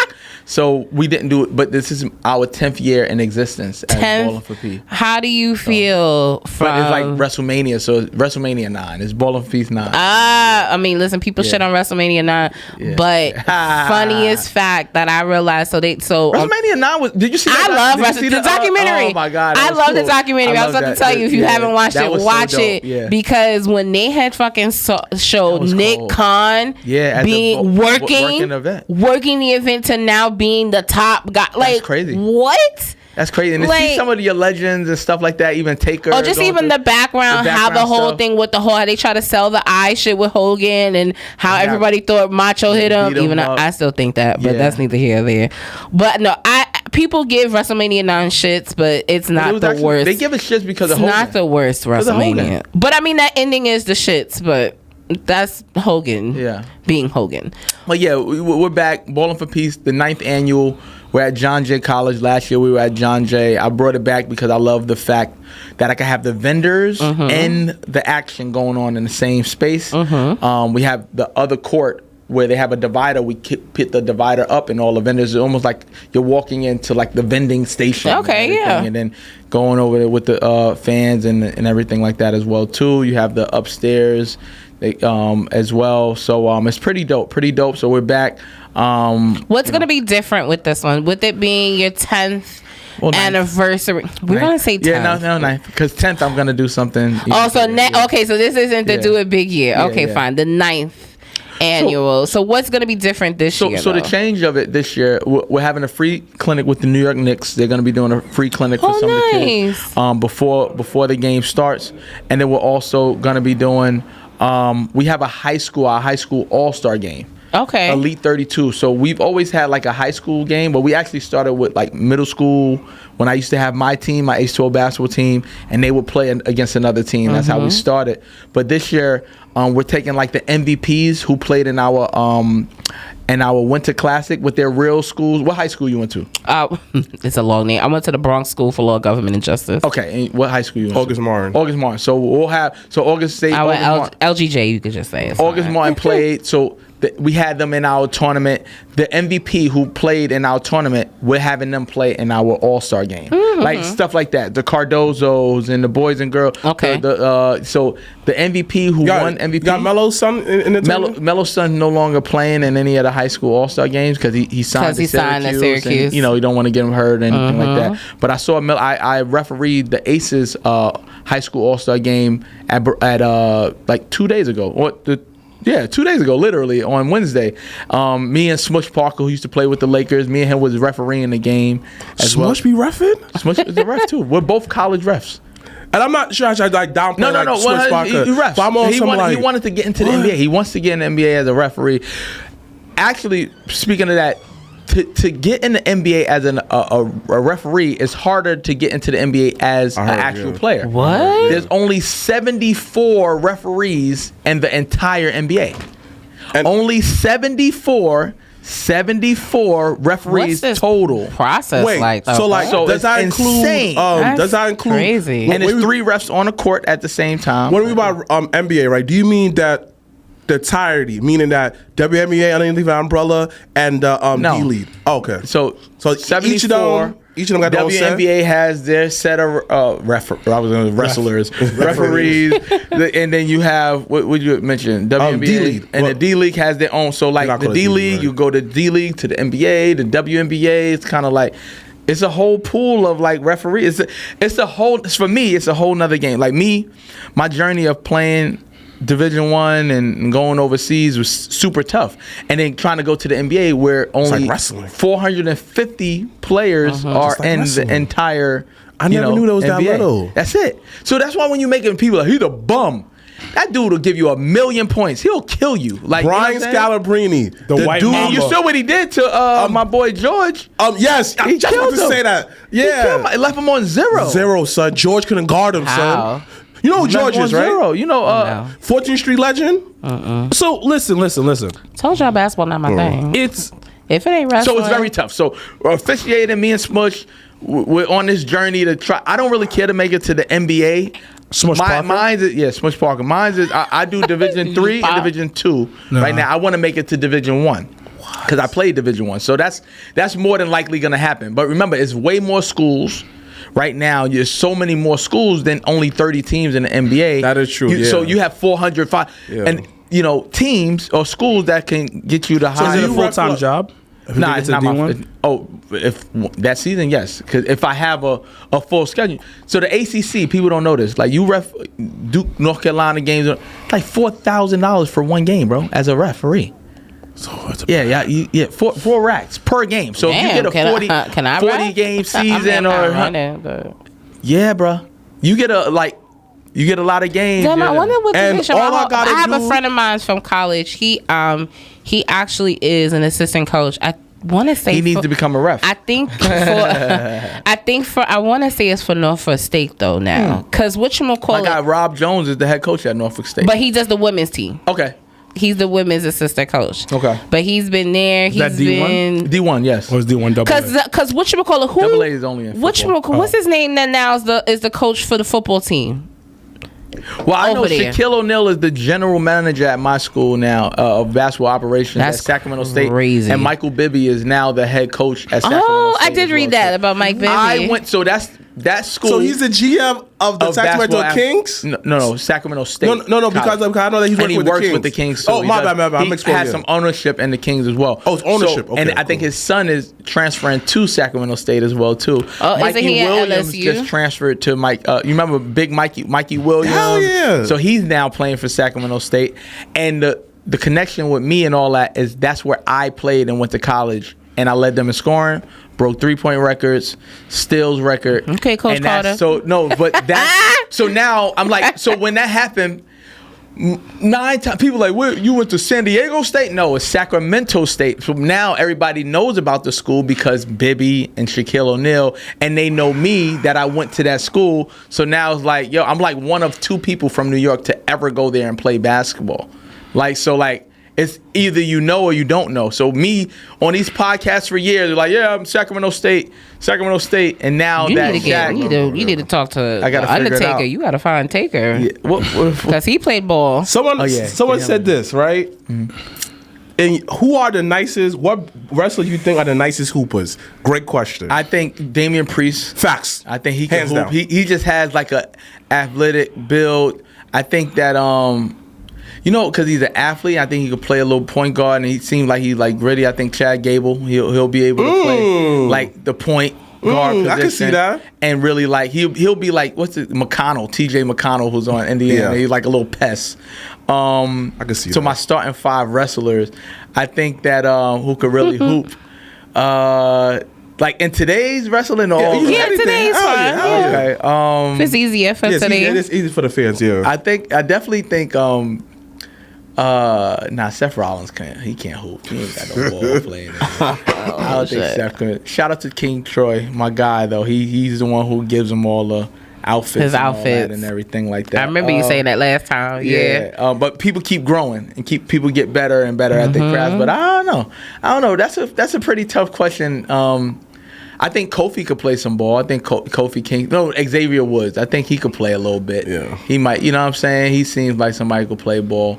And then I would say Omos because he used to play ball. Yeah. Omos, and they released him, but Braun Strowman probably could. He could. Well, they half-ass released him. So what they ended up doing, they released him because they was paying him too much money. But but then they kind of in a sense restructured it so that they'll use him like a kind of like a per appearance type of situation.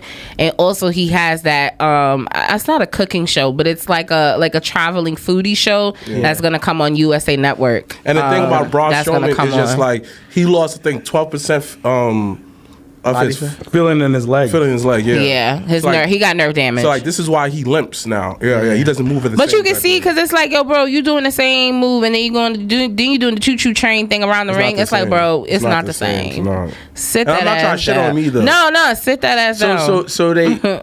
Partially released. Yeah, so because they was honestly when they had that was Triple H just signing motherfuckers. Yeah, and he gave him like over $1 million. Yeah, and it's just like, is what you getting, and it's so not. my thing is, even with that, right? Even with people, oh, what's the bag? And it's like, you're not getting a bag, right? It's a charity, right? You know what I'm saying? So, but at the end of the day, with people like that, can you make $1 million per year off of Braun Strowman? Not just in ring shit, no. And I think that's what they realized, and that's why I think they decided to restructure. He's not on TV as much anymore. Like I don't think, but I do think that's what's the only way to think about it now. But that's why, correct, and that's why, as that's what I'm saying, I don't whatever think he wants in the ring, you wasn't gonna get that $1 million. But when you get the appearances, when you get the when F1 Formula of racetrack niggas want somebody, and you send Braun Strowman. Yeah. You want somebody to play golf or do some shit like that, send Braun Strowman. Like those type of things outside of the ring, those are just examples. I'm not saying they're gonna actually but it goes back the meet and greets. I think we forget how much $1 million is, because we're in this world where we think $1 million is nothing. No, it's a lot. Like you have to understand, $1 million. I never saw it that way. So but think about it. If he's $1 million, he costs me $1 million a year. Let's say he's getting paid $1 million a year. Fine. All right. They made me change my whole viewpoint on wrestling. What TV ads are we putting him in that he's gonna bring in for us? Which one of our sponsors is asking for Braun Strowman? No one to be that. Think about the Slim Jim shit. They had LA Knight and they had Bianca on that shit.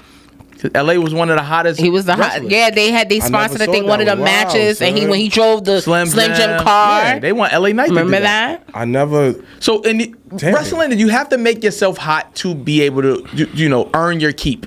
Right? You know what I'm saying? You have to earn your keep. If you're getting, it's like I ain't been on Raw in 4 or 5, and that's how they think. Like, they have no use for me. If they're surviving or thriving, which you're not on TV, you're like, who? Like, you're not doing nothing outside of television. You're not on social media like that. You're not showing your presence, stuff like that. So somebody who was really good at this stuff, and he wouldn't they would have him not on nothing. Dolph Ziggler. And he's one of my favorite wrestlers, but he would be doing all the little things. The Miz does the same thing. The Miz now, he about to be the host of American Gladiator reboot. That's going to be hard. Oh, you didn't know that? Yeah. Yes. They're rebooting American Gladiators, and he's going to be, and I think it's going to be on Amazon Prime. Yeah. You know why? But he's going to be the host. And let's go back to what we say about basketball. The Miz may not be the greatest athlete. The reason why he's the GOAT at making the situation work for him. The reason why I think he's a good basketball player, because he knows he's not the most athletic, but he's going to put in the work in. Mm-hmm. Like, his jump shot will be so fundamental because he does everything in wrestling fundamentally. Because people shit on The Miz, but yet you make it as you much visible as John Cena. He has his own show. Yeah. He has his own show. Yeah.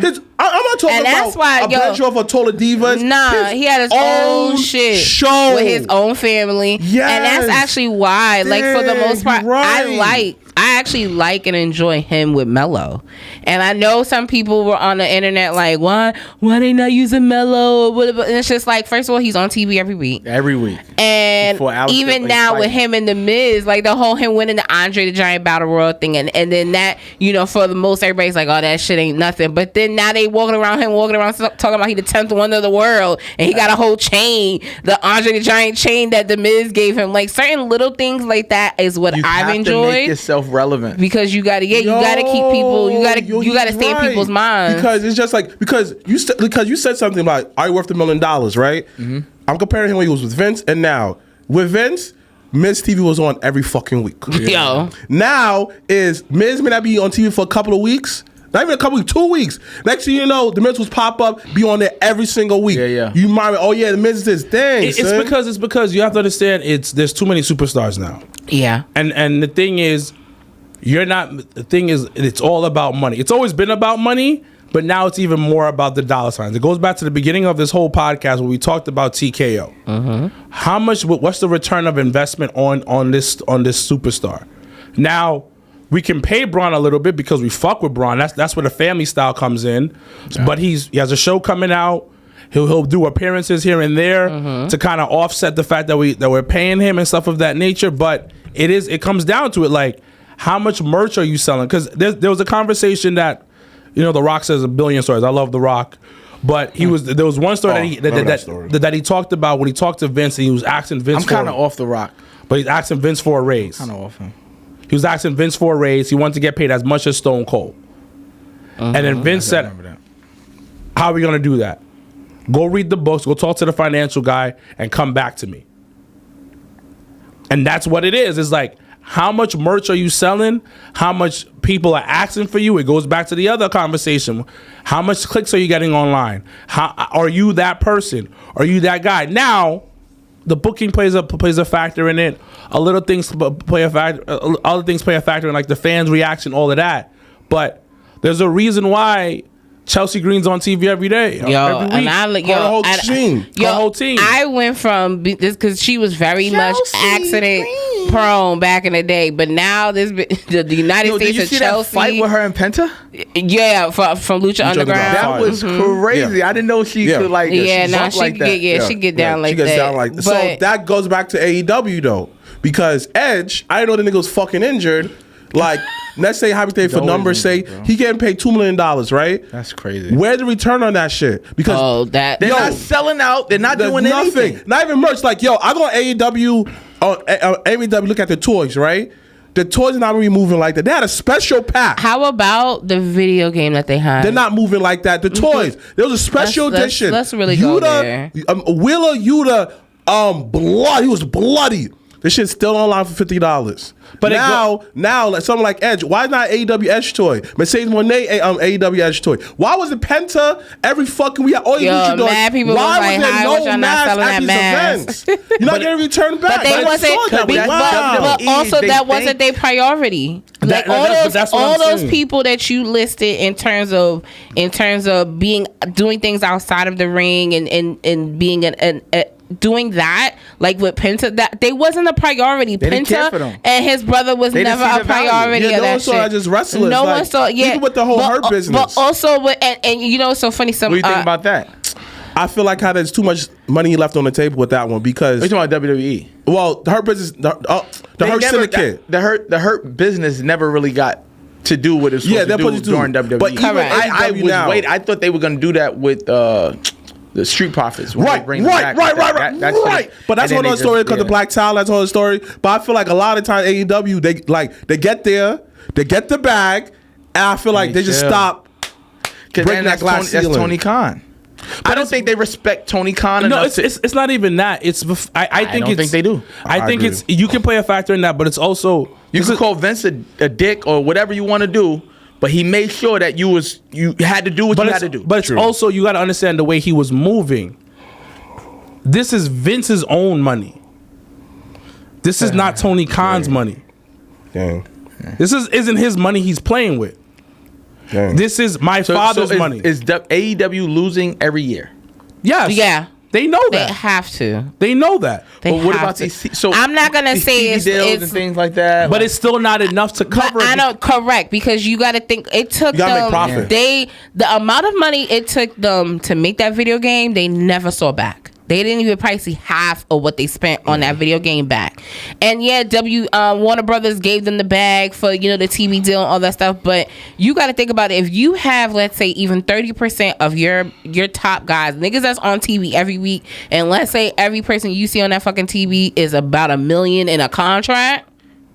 Yeah. What green is you ever going to see? I think they had to overpay for a lot of these people because, it's like, okay, I'm coming to a new organization, but I want this person because I think that they're going to move the needle. And a lot of times they get over there, they have these big names. What's the difference? They have like legendary names. Edge, Daniel Bryan, even Moxley, Jericho. But then why are they not selling? Because that was not the foundation and that wasn't the narrative in the very beginning of what AEW gave. That happened with WCW as well too. At least they started buying Hall and Nash and all these people. But at least with WCW, they finessed it in a way where it did put asses in seats. With AEW, the narrative in the beginning was we're gonna be the different alternative. We're gonna be the alternative. We're gonna be the difference maker. We're gonna give you people you haven't seen.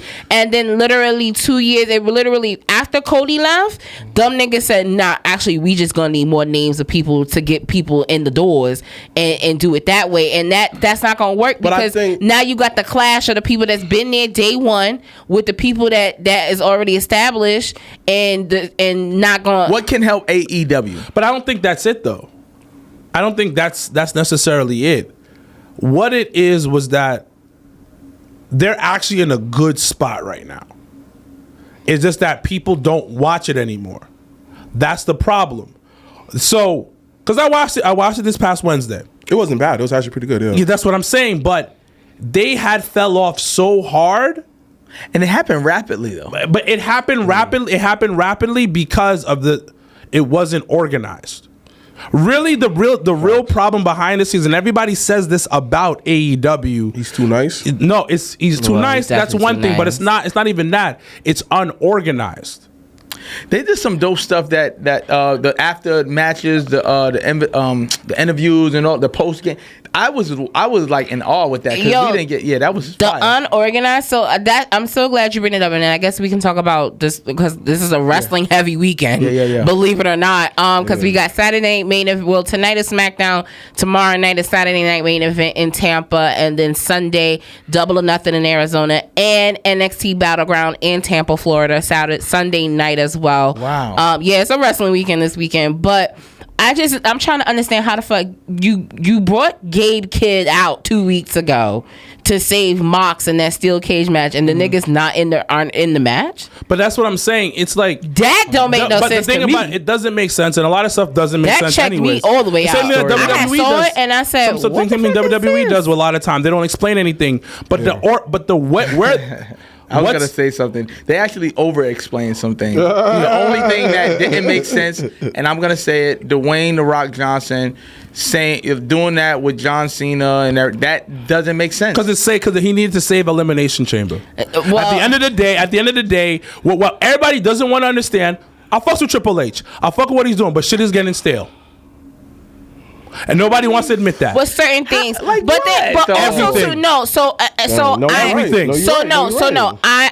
I will. Except for Seth Rollins, that nigga is holding these niggas down. He's not the only person, but I will say here's the you interesting. Think it's getting stale? So it's not that it's. I don't want to say stale, but I will say it is always around this time. Like WWE always gets in this weird period of time, and it happens every year between WrestleMania and SummerSlam. That fucking time period between those two big ass pay-per-views I'm gonna keep it a buck. is weird, and it's always weird. I couldn't do Balling for Peace every day, and that's essentially what they have to do with Monday Night Raw and SmackDowns and this and NXT. It's a lot. Because you got SmackDown. Hopefully you got SmackDown apparently going back to 2 hours in June. So you have hopefully? That. Well, yeah. I mean, 3 hours on a Friday night is a bit. It's crazy. It's a bit much. But then, what about the talent? It's a bit much. The talent and stuff they're not gonna have places to perform. No, I mean you do, because if you're doing, like I said, if you having. First of all, I'm not even gonna give that as an excuse, because them 3 hours, Raw, 2.5 hours, a good hour of SmackDown is definitely a whole bunch of either video packages or niggas backstage. So I'm not even gonna give you that. But and then with Raw being give or take about two and a half hours is a really good sweet spot for Raw, because like it's weird, because when I watch it on Netflix, I know when the 10 o'clock hour is hitting, and I know we're about to get the main event. Like I know every week, like, all right, we are locked in for the last match of this fucking program. Cool. With SmackDown coming back to 2 hours, apparently they still are in that whole like draft conversation where, because now they have signed Roxy now is officially on Monday Night Raw, and Julia is officially now on SmackDown, which I think are really good pickups on both brands.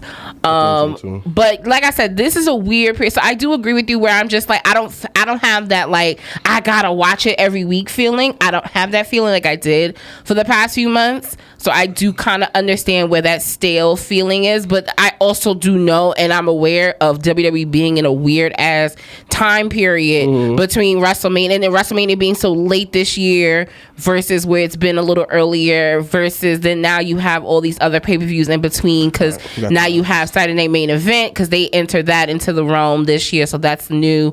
And then you have Money in the Bank coming up with the Worlds Collide situation. So I do feel like we are getting a little bit of exhaustion, because we're getting a lot all in a small period of time. That's just how I feel. Like I'm just like, oh man, here we go again, another pay-per-view, Jesus Christ. But like 3 weeks from so it's a bit much. But then also too, AEW's doing the same thing a little bit too, because you got Double or Nothing coming up, and then you got the Texas show in July coming up, and then you have Forbidden Door, and then now they once again announced All In Toronto. So like, I don't think anyone cares about it anymore. And then, like super, it was their fans, was like super fans. Like, but I still feel like that, really, and I feel like even with them announcing they're doing the residency at the ECW Arena for the summer, I think it's like 4 or 5 weeks or something like that. That's so lame. So I don't think it's lame per se. I think they're doing what works for them, even though that may not work. You start out with this grand thing, blah blah blah blah blah, and now you at like TNA is outselling you. but that's because like it was like one of those things where you started off big because you had the budget, and then now realize like, oh wait, we're not selling the space, so true. why we're doing this. So I think that's why the readjusting just looks weird, because of they're doing a good job though. No, that's what I'm saying. I do think the smaller venue to is the way to go. They're not bigger than NXT. They're not bigger than You know, it's like you downgrade it and you have these big names. So you're gonna this roster full of legendary names, and you're in bingo halls. But they're not in bingo halls. They're about to do a residency at the ECW Arena. It's not a bingo hall. That's what they, I mean, that's what they call it. It's not right? a bingo hall per se, but but they not gonna fit no more than like 300 people. Well, the thing is, but the thing Legit. is, you gotta humble yourself. You have to humble yourself. They're on a downturn, so you have to grow. You gotta grow. Every company goes through this. AEW. What fixes AEW is consistency. What fixes AEW is better organization within the company. Because one of the main things that we need to see is, okay, one, put your ego to the side. You're never gonna compete with WWE Ever. Never. So you know what? Stop. So you know what? I have no problem with being number 2.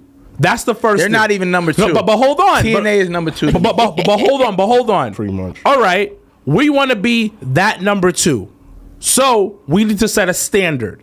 AEW in general has no standard within the company. It's throwing things at the wall and we figure it out. What is our standard? What is our system here? How are we going to promote this? Because you throwing Sasha Banks on Breakfast Club is not enough. You having them do like a something at Texas is not enough. What is your promo? How are you promoting it?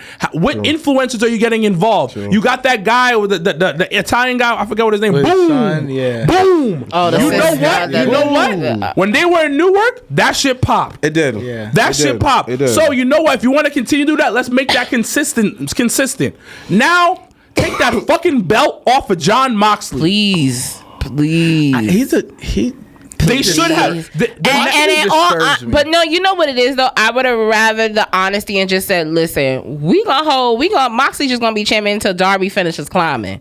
And I would have rather you just been honest and say that instead of trying to program people that actually should have probably fucking took the belt off of him and didn't. Swerve, when he had that match with Mox, what was that? What was that, Revolution? Swerve should have won that fucking match, and that was outrageous that he did it. Even with Joe, y'all having a steel cage match on free fucking TV Shout out to Coffee. for y'all to do nothing with it.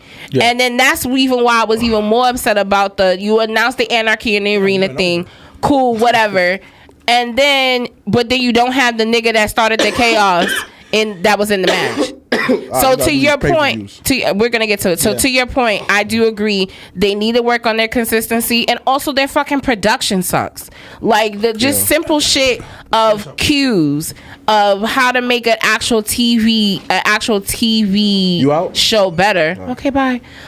Okay, real quick. We got Saturday Night Main Event, which is gonna be in Tampa, Florida. Before we do get started, I do want to give 2 special birthday shout outs. So shout outs to one of my dearest friends in wrestling, my homegirl Angie that lives out in Chicago. Happy birthday to my girl Angie, and also happy birthday to Elijah.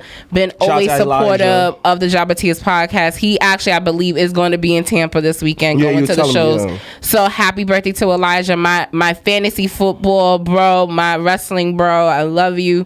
We were actually in the movies at the same time. I had no idea. He told me. Yeah. We went to go see. Everyone should go see Final Destination Bloodlines. It was really good, actually. But he was in the same movie. We was in the movie theater at the same time. I had no idea. But all right. So Saturday Night Main Event. We got you had up first. You had Damian Priest. Shout out to Damian Priest for getting honored for the Bronx, in the Bronx Hall of Fame. So shout outs to him. I definitely want to go see that. What are you looking for? I definitely want to go uptown and go see that billboard. I mean the sign. Cause, so I think Drew's winning this one. Yeah, I guess we can give it a good old. Who you got? I got Drew. Little McIntyre. We got the tag team match that will shock the world when Sami Zayn screws Phillip Brooks in the middle of that ring. Yes. So we got Sami Zayn and CM Punk going against Seth freaking Rollins and Braun with the assist of Sami Zayn. Why are you getting that? Come on. It's written in the stars. Yeah. Listen, you don't trust a nigga that got a chair behind you, okay? Like that nigga on Raw, when he had picked up the chair and Jay was standing across from him, and it gave that shield like remix vision. But I also have to think that with Seth and Braun, what they're building, they have to legitimize this. This little group that they got going on. Yeah, I agree. Keep it going. Okay, cool. So then we got that, and then we have what should have been on the pay-per-view but got moved to Saturday Night Main Event. We got Jey Uso versus Logan Paul. Jey Uso. We got Jey Uso, which then found out on Monday Night Raw that Gunther will be facing the winner of this match at the Raw after Money in the Bank in Phoenix, Arizona. Why the Raw after? Why not on Money in the Bank? So I like, and we had that conversation actually at the bar with like the matches and stuff like that. I do feel like we're in an era, which I can appreciate, is you're making me want to turn into the TV. Like if you have the match on Money in the Bank, when really the focus should be the briefcase matches to begin with, but when you have the match like that on the pay-per-view, you don't give that breather of the other matches to have that opportunity. But then also, why the fuck am I tuning in for Monday? But I hate that they like say the tag team championships, they're never on. Or they had the wrong tag titles on WrestleMania. Yeah, they always. But then I also push back on that because that was the whole thing. Everybody complaining about how the TLC match wasn't on WrestleMania, and I'm like, to be honest, if it was on WrestleMania, it wouldn't have the tender love and care that it deserved. It wouldn't have had the time. You got to think about it. That match on SmackDown with an hour without commercial. It was commercial free. Was it an hour? It was an hour commercial free. Yeah. And it was the last match on SmackDown. But you talk about legitimizing other things. You have to have your. But you gotta have a balance.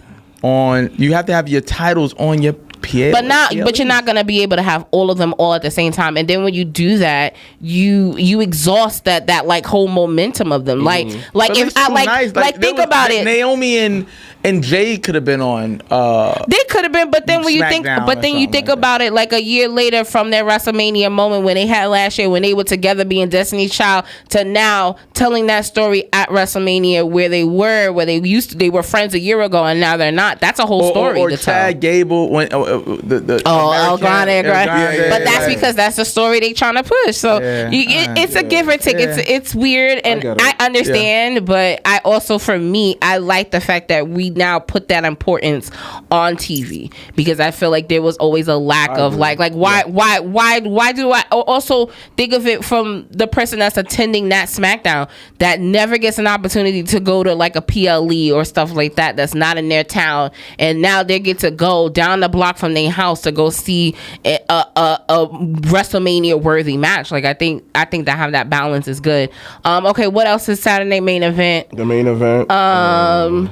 We got Jonathan Cena going against we got R-Truth going against his childhood hero John Cena for the undisputed. I love this. I don't care. I do. I mean, John's gonna win, of course, but I mean, listen, I'm here for the story. I'm here for listen, what if Ron comes out of this and turns on everybody and now he's a bad guy with John Cena? Like, what if we get that? Like, you never know. So we have that, and then AEW, once again, Double or Nothing. We got the Anarchy in the Arena, which once again, someone's gonna have to explain to me why Gabe Kidd is not in that match, but whatever. But I believe we got the Ops is the only reason I can call it because Joe's in it. But we got Joe Shibata and Will. Shout out to Will Hobbs. Also on the team, Kenny Omega and our girl Willow Nightingale, home team, going against the Young Bucks, Cesaro, Mox, Yuta, and Roderick Strong's wife. So that is going to be the Anarchy in the Arena match. I actually do hope they do the music thing that they've done previously. I actually think it's funny. We got Nigel McGuinness teaming up with Daniel Garcia going against FTR. I like the story that they got going on. I'm not going to hold you. I actually do like that Stokely's with FTR. I just kind of like, if he's going to be the mouthpiece, I kind of would rather him just be the mouthpiece and not also FTR chime in on shit too. Then we got Toni Storm going against Mina Shirakawa, I believe that's her name, for the AEW Women's title match. We got the finals of the Owen Hart tournament on both sides. We got Mercedes Moné going against Jamie Hayter, and then we have Will Ospreay going against Hangman Adam Page.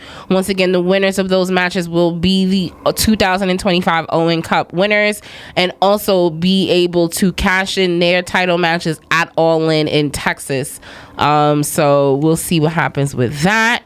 And then I do. What's on the upper right side?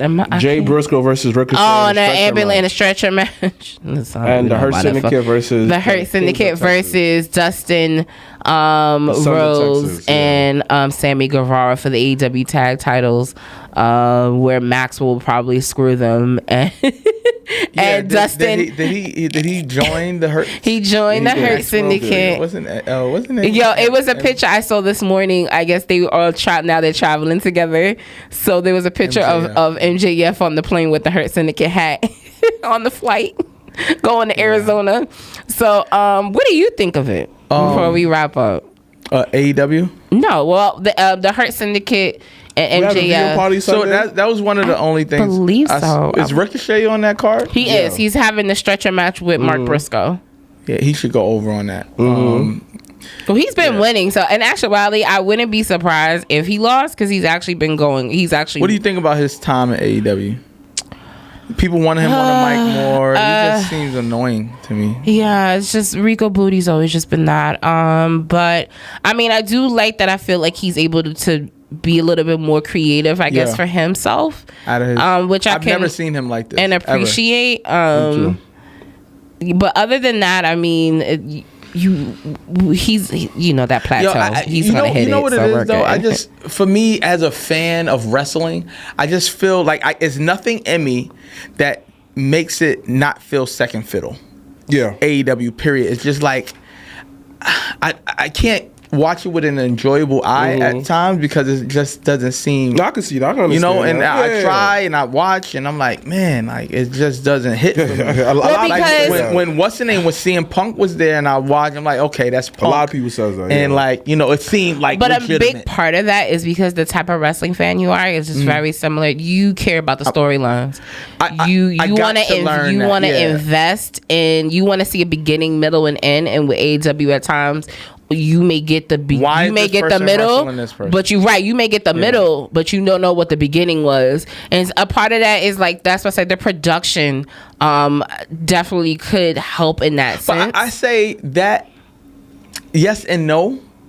Because like if you see the crossover with NXT and NXT and TNA, like you'll have like the Hardys fighting who was the TNA NXT like Nathan Frazier and Axiom. That's like a match I just care or Moose coming in and fight. Like those are Moose is fire by the way. Like Moose he can wrestle. He can wrestle and people aren't giving. As fuck, but. Yeah, I don't care about that. I literally don't care about that. Like you know what I'm saying. But what he's has been showing, off. Lately it's been even. He's a big dude that can move go. Like a cruiserweight. Yeah. But he's always been like that. So that's why I'm not surprised. And it's funny because when they had the show at the theater at Madison Square Garden, I had went because I'd never been to the theater, so I was like, because it's cool. Dope. And it was NXT, and I had been dying to go back because I had went to the Performance Center. I did an NXT. The last NXT 2.0 show I went to because it was we were in Orlando for my birthday, and we went to the Performance Center and was in the crowd on TV. Like I've experienced NXT in the Performance Center.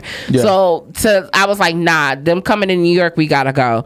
So, but to see Moose and Oba and just the actual meaning of having two Nigerian men wrestle each other in this space on national TV, like that, just for me, it meant a lot more than just what the eye can see. So like the different things that they've been able to do. That's the person before us went super over. But no, we'll wrap it up.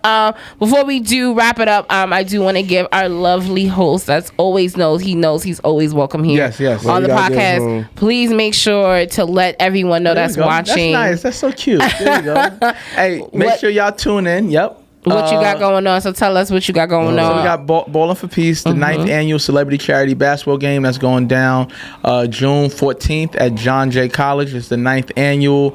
We have a host of different celebrities and influencers coming to the game.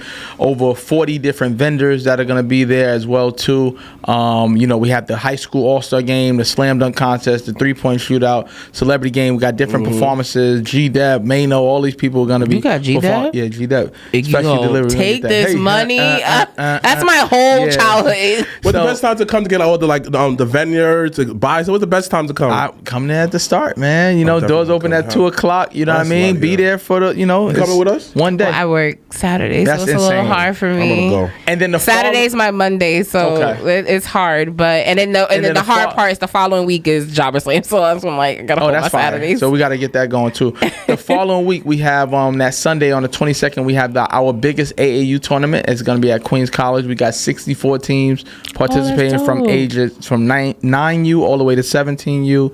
8 courts going on at the same time. It's gonna be crazy. So that's dope. That's what I'm doing. If I had to rep the next day, I would have went to that one. Because the Pride show is the next day. The next day I gotta do both. But no, listen, the city is cooking up for the summer, and we're all kicking off. So of course, Bowling for Peace on June the 14th, which I believe is Father's Day weekend as well. Come on out. And you know, Papa H. Father's Day weekend? Yeah, the new dad in the building. So it's your first Father's Day. Yes, congratulations! It's my first Father's Day. Your first Father's Day. So you know, I want my flowers. I want flowers. He literally. I can't wait. Yeah, my first Father's Day. Yeah. I got some shit to do with my boy Coffee. Hell yeah! So like he got 2 daughters and shit like that. So fucking it's dope. No, yeah. So once again, it's always been about supporting, you know, each other, supporting the community. So what you done once again for the last community one was good though. Last time I went though, it definitely it speaks volumes to your character. It speaks volume what how you want to see, you know, your legacy, you know, what that would look like. So no, it's definitely dope. So anyone that, if you're in the tri-state area, once again, definitely June 14th, Bowling for Peace at John Jay College. So once again, you don't gotta love basketball, but just love the community and love what this man over here is doing, because it's great for kids. Like back. When I say the atmosphere is great for kids. Because it be for them. Son, it be the dunk contest, different people, celebrity that you know from Instagram, on television. Like it's really, it gives you time to like, hey, I know this person, let me get a picture. And everybody you have there, celebrity-wise, dope. Fucking, like you said, dope.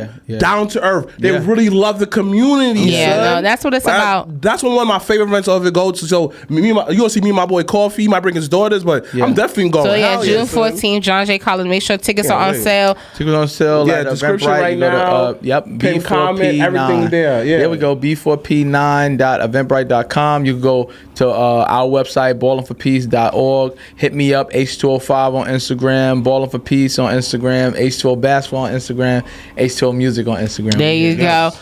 Before we do, as we did mention, once again, June 14th is Ballin' for Peace. Then the week after, literally, the 7 days after, will be Jobber Slam 5, where we will have our good friend, NWO Sparrow. I don't know if you know Sparrow. I feel like you need to connect with Sparrow, because... He definitely she shakes and moves. I feel like and he be at the Liberty game too sometimes. Let's connect, man. Nah, I gotta get y'all connected, because I definitely think like he does a lot of work with like media. He does media stuff. So I'll make sure y'all two talk. But he's actually hosting. Come to Ballin' for Peace. Okay, now I'll send him the stuff and see if he can come. But he will be. I'll make sure y'all two talk. I know you be busy though, but a quick 5 minutes. He will be. But our good friend NWO Sparrow will be the host of Jobber Slam 5.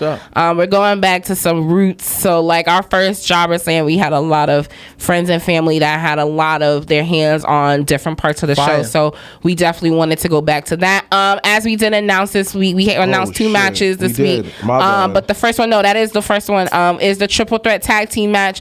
Once again, this year is a little different for Jobber Slam 5. We are doing a one-night tournament, kind of like Survivor Series 98, where we will be counting the king or queen of New York at Jobber Slam 5. So our tag team match is going to be a triple threat tag team, with the main event coming home to Jobber Slam 5, where the first one they had won the tag titles at our first Jobber Slam. So we got main event going against Prolific, going against the Melodies of what is their tag team name? Melodies from Heaven. Melodies from Heaven. Melodies from Heaven. Fucking hollering. That's gonna be a good match. Shout out to Brother Greatness, shout out to Stan, shout out to Prolific in the building. And then our next match we did announce was our girls night match, where we got a fatal 4-way with Miss Savannah Evans, Miss Sammy Chaos, Miss Charity King coming back all the way from Houston, Texas. And then really of course the home team, Ruthless Lala in the building. Begging to ref this match. So the fatal 4-way match is set.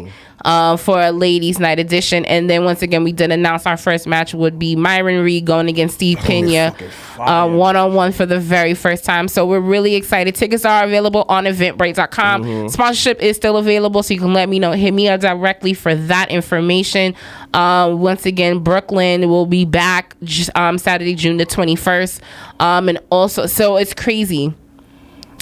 I feel like the show, it would have been the same day. Sadly, the 14th? But had you had it the weekend after, because Fanatics Fest is that same weekend as Jobber Slam, so you probably could have got probably a better chance of getting some of those wrestlers that were already here in town to come to the event. But we would have had the same thing going on. So I know. Work. Like, definitely like hit up like Santana. Hit up. Oh well, Kaz, yeah, because he's the one who got me my pass. Hit him up from last year. For we actually play on the same Lifetime team and all that. Yo, whatchamacallit, hit up real life cast for the hit him up. You want it for Titus? Yeah, Titus, hit him up. Hit him up. That would be the person. Cast, like, I didn't think about that. I was like, oh shit, no, you know what? Kaz could probably pull it. Because he used to be in the E. Like, he used to work for them. Yeah, shout out to Kaz. Segments and everything for them, everything the like Ringless show. Yeah, shout out to all them Brian H. Waters that work with him. My homeboy does the show with him. I want to get more. So people don't think about wrestling. Wrestling was my first love before, like, basketball always been my love, but wrestling's been one of my, I've never wrestled though, but I was like a big fan since a kid. So I always kept that in my, like, I watched all the Raws. I went to Wrestlemania and when Shawn Michaels fought Stone Cold and Mike Tyson was a special guest referee. That actually is my favorite Wrestlemania. I was there. 14. Like Rock when he was at Survivor Series, his debut here at at the I'm Garden. Definitely aging myself, but I was a little kid then. And I used to go to ECW Arena. My godbrother, he was a big wrestling fan. I remember him and a kid named Tristan. They dressed up as the Dudleys, a white friend, cute. And they used to sit front row. So I'm used to going to that. We used to go to Asbury Park, New Jersey, and Bam Bam Bigelow and all these guys. Like, I'm a huge wrestling fan. So that's why, like, Jobbertears. I don't know too many more wrestling podcasts like that, but I always rock out with you guys. No, we appreciate you. You are we already know that it's always love here. So we appreciate you coming out. And once again, if you guys are around for June 14th, Bowling for Peace, make sure to come out, because clearly next year is gonna be something. Yeah, 10th year we probably gonna do in one of these arenas or something like that. Next year is gonna be something crazy. But definitely to everybody that who haven't went, please check it out. Description and below. Yes, but thank you again for joining us. Thank you for having me. As always. Well, yeah, I know. Well, next week we'll see if because I'm gonna be coming off my Beyonce high, because I'm gonna see Beyonce on next Thursday, but and she in the city all this weekend. But once again, everyone have a safe Memorial Day weekend. If you're going down to Tampa for those events, make sure to have fun. If you're going down to Phoenix for A-Dub, make sure to have fun. Shout out to anyone that's doing any media down in Arizona. So always supporting those that support you. So shout out to any of the guys doing media there. But we'll be back next week. And once again, we're on the road to Jobber Slam 5. Make sure to look out for the next match to be announced next week. We won't do Monday because it's Memorial Day, but next week we will announce another match for the show. So make sure to stay tuned for that. As always, I'm Janelle from HR here with Sir Wilkins. Sir Wilkins was here. Mr. Black, and of course our special guest H2O in the building, represent that Bowling for Peace. Always #Black Excellence. #We are out. Peace. Now I can go get my nails done. I don't know when I'm gonna get my hair done. Man. What time does it end? Like 7:30. Oh yeah, I get out of work at 7. And it's not even like 7:30, hard 7:30. A hard work. Nah, but to get uptown that way, first of all, G-Dub though, y'all need, if you get a picture, y'all need, if you see G-Dub, you gotta FaceTime me. Okay. So I can Harlem Shake with him one time. You got him. It's my whole childhood. Let's do a I got them wrestling knees and basketball knees. Sit down too long, it's hard for you to get back up. The wrestle knees, the basketball knees, box. Man, you can talk Sabu, man. Oh, we did it. Sad fucking boo. So I used to go to. I used to so be mad. There, man. So that's how I actually started watching wrestling with ECW. EC.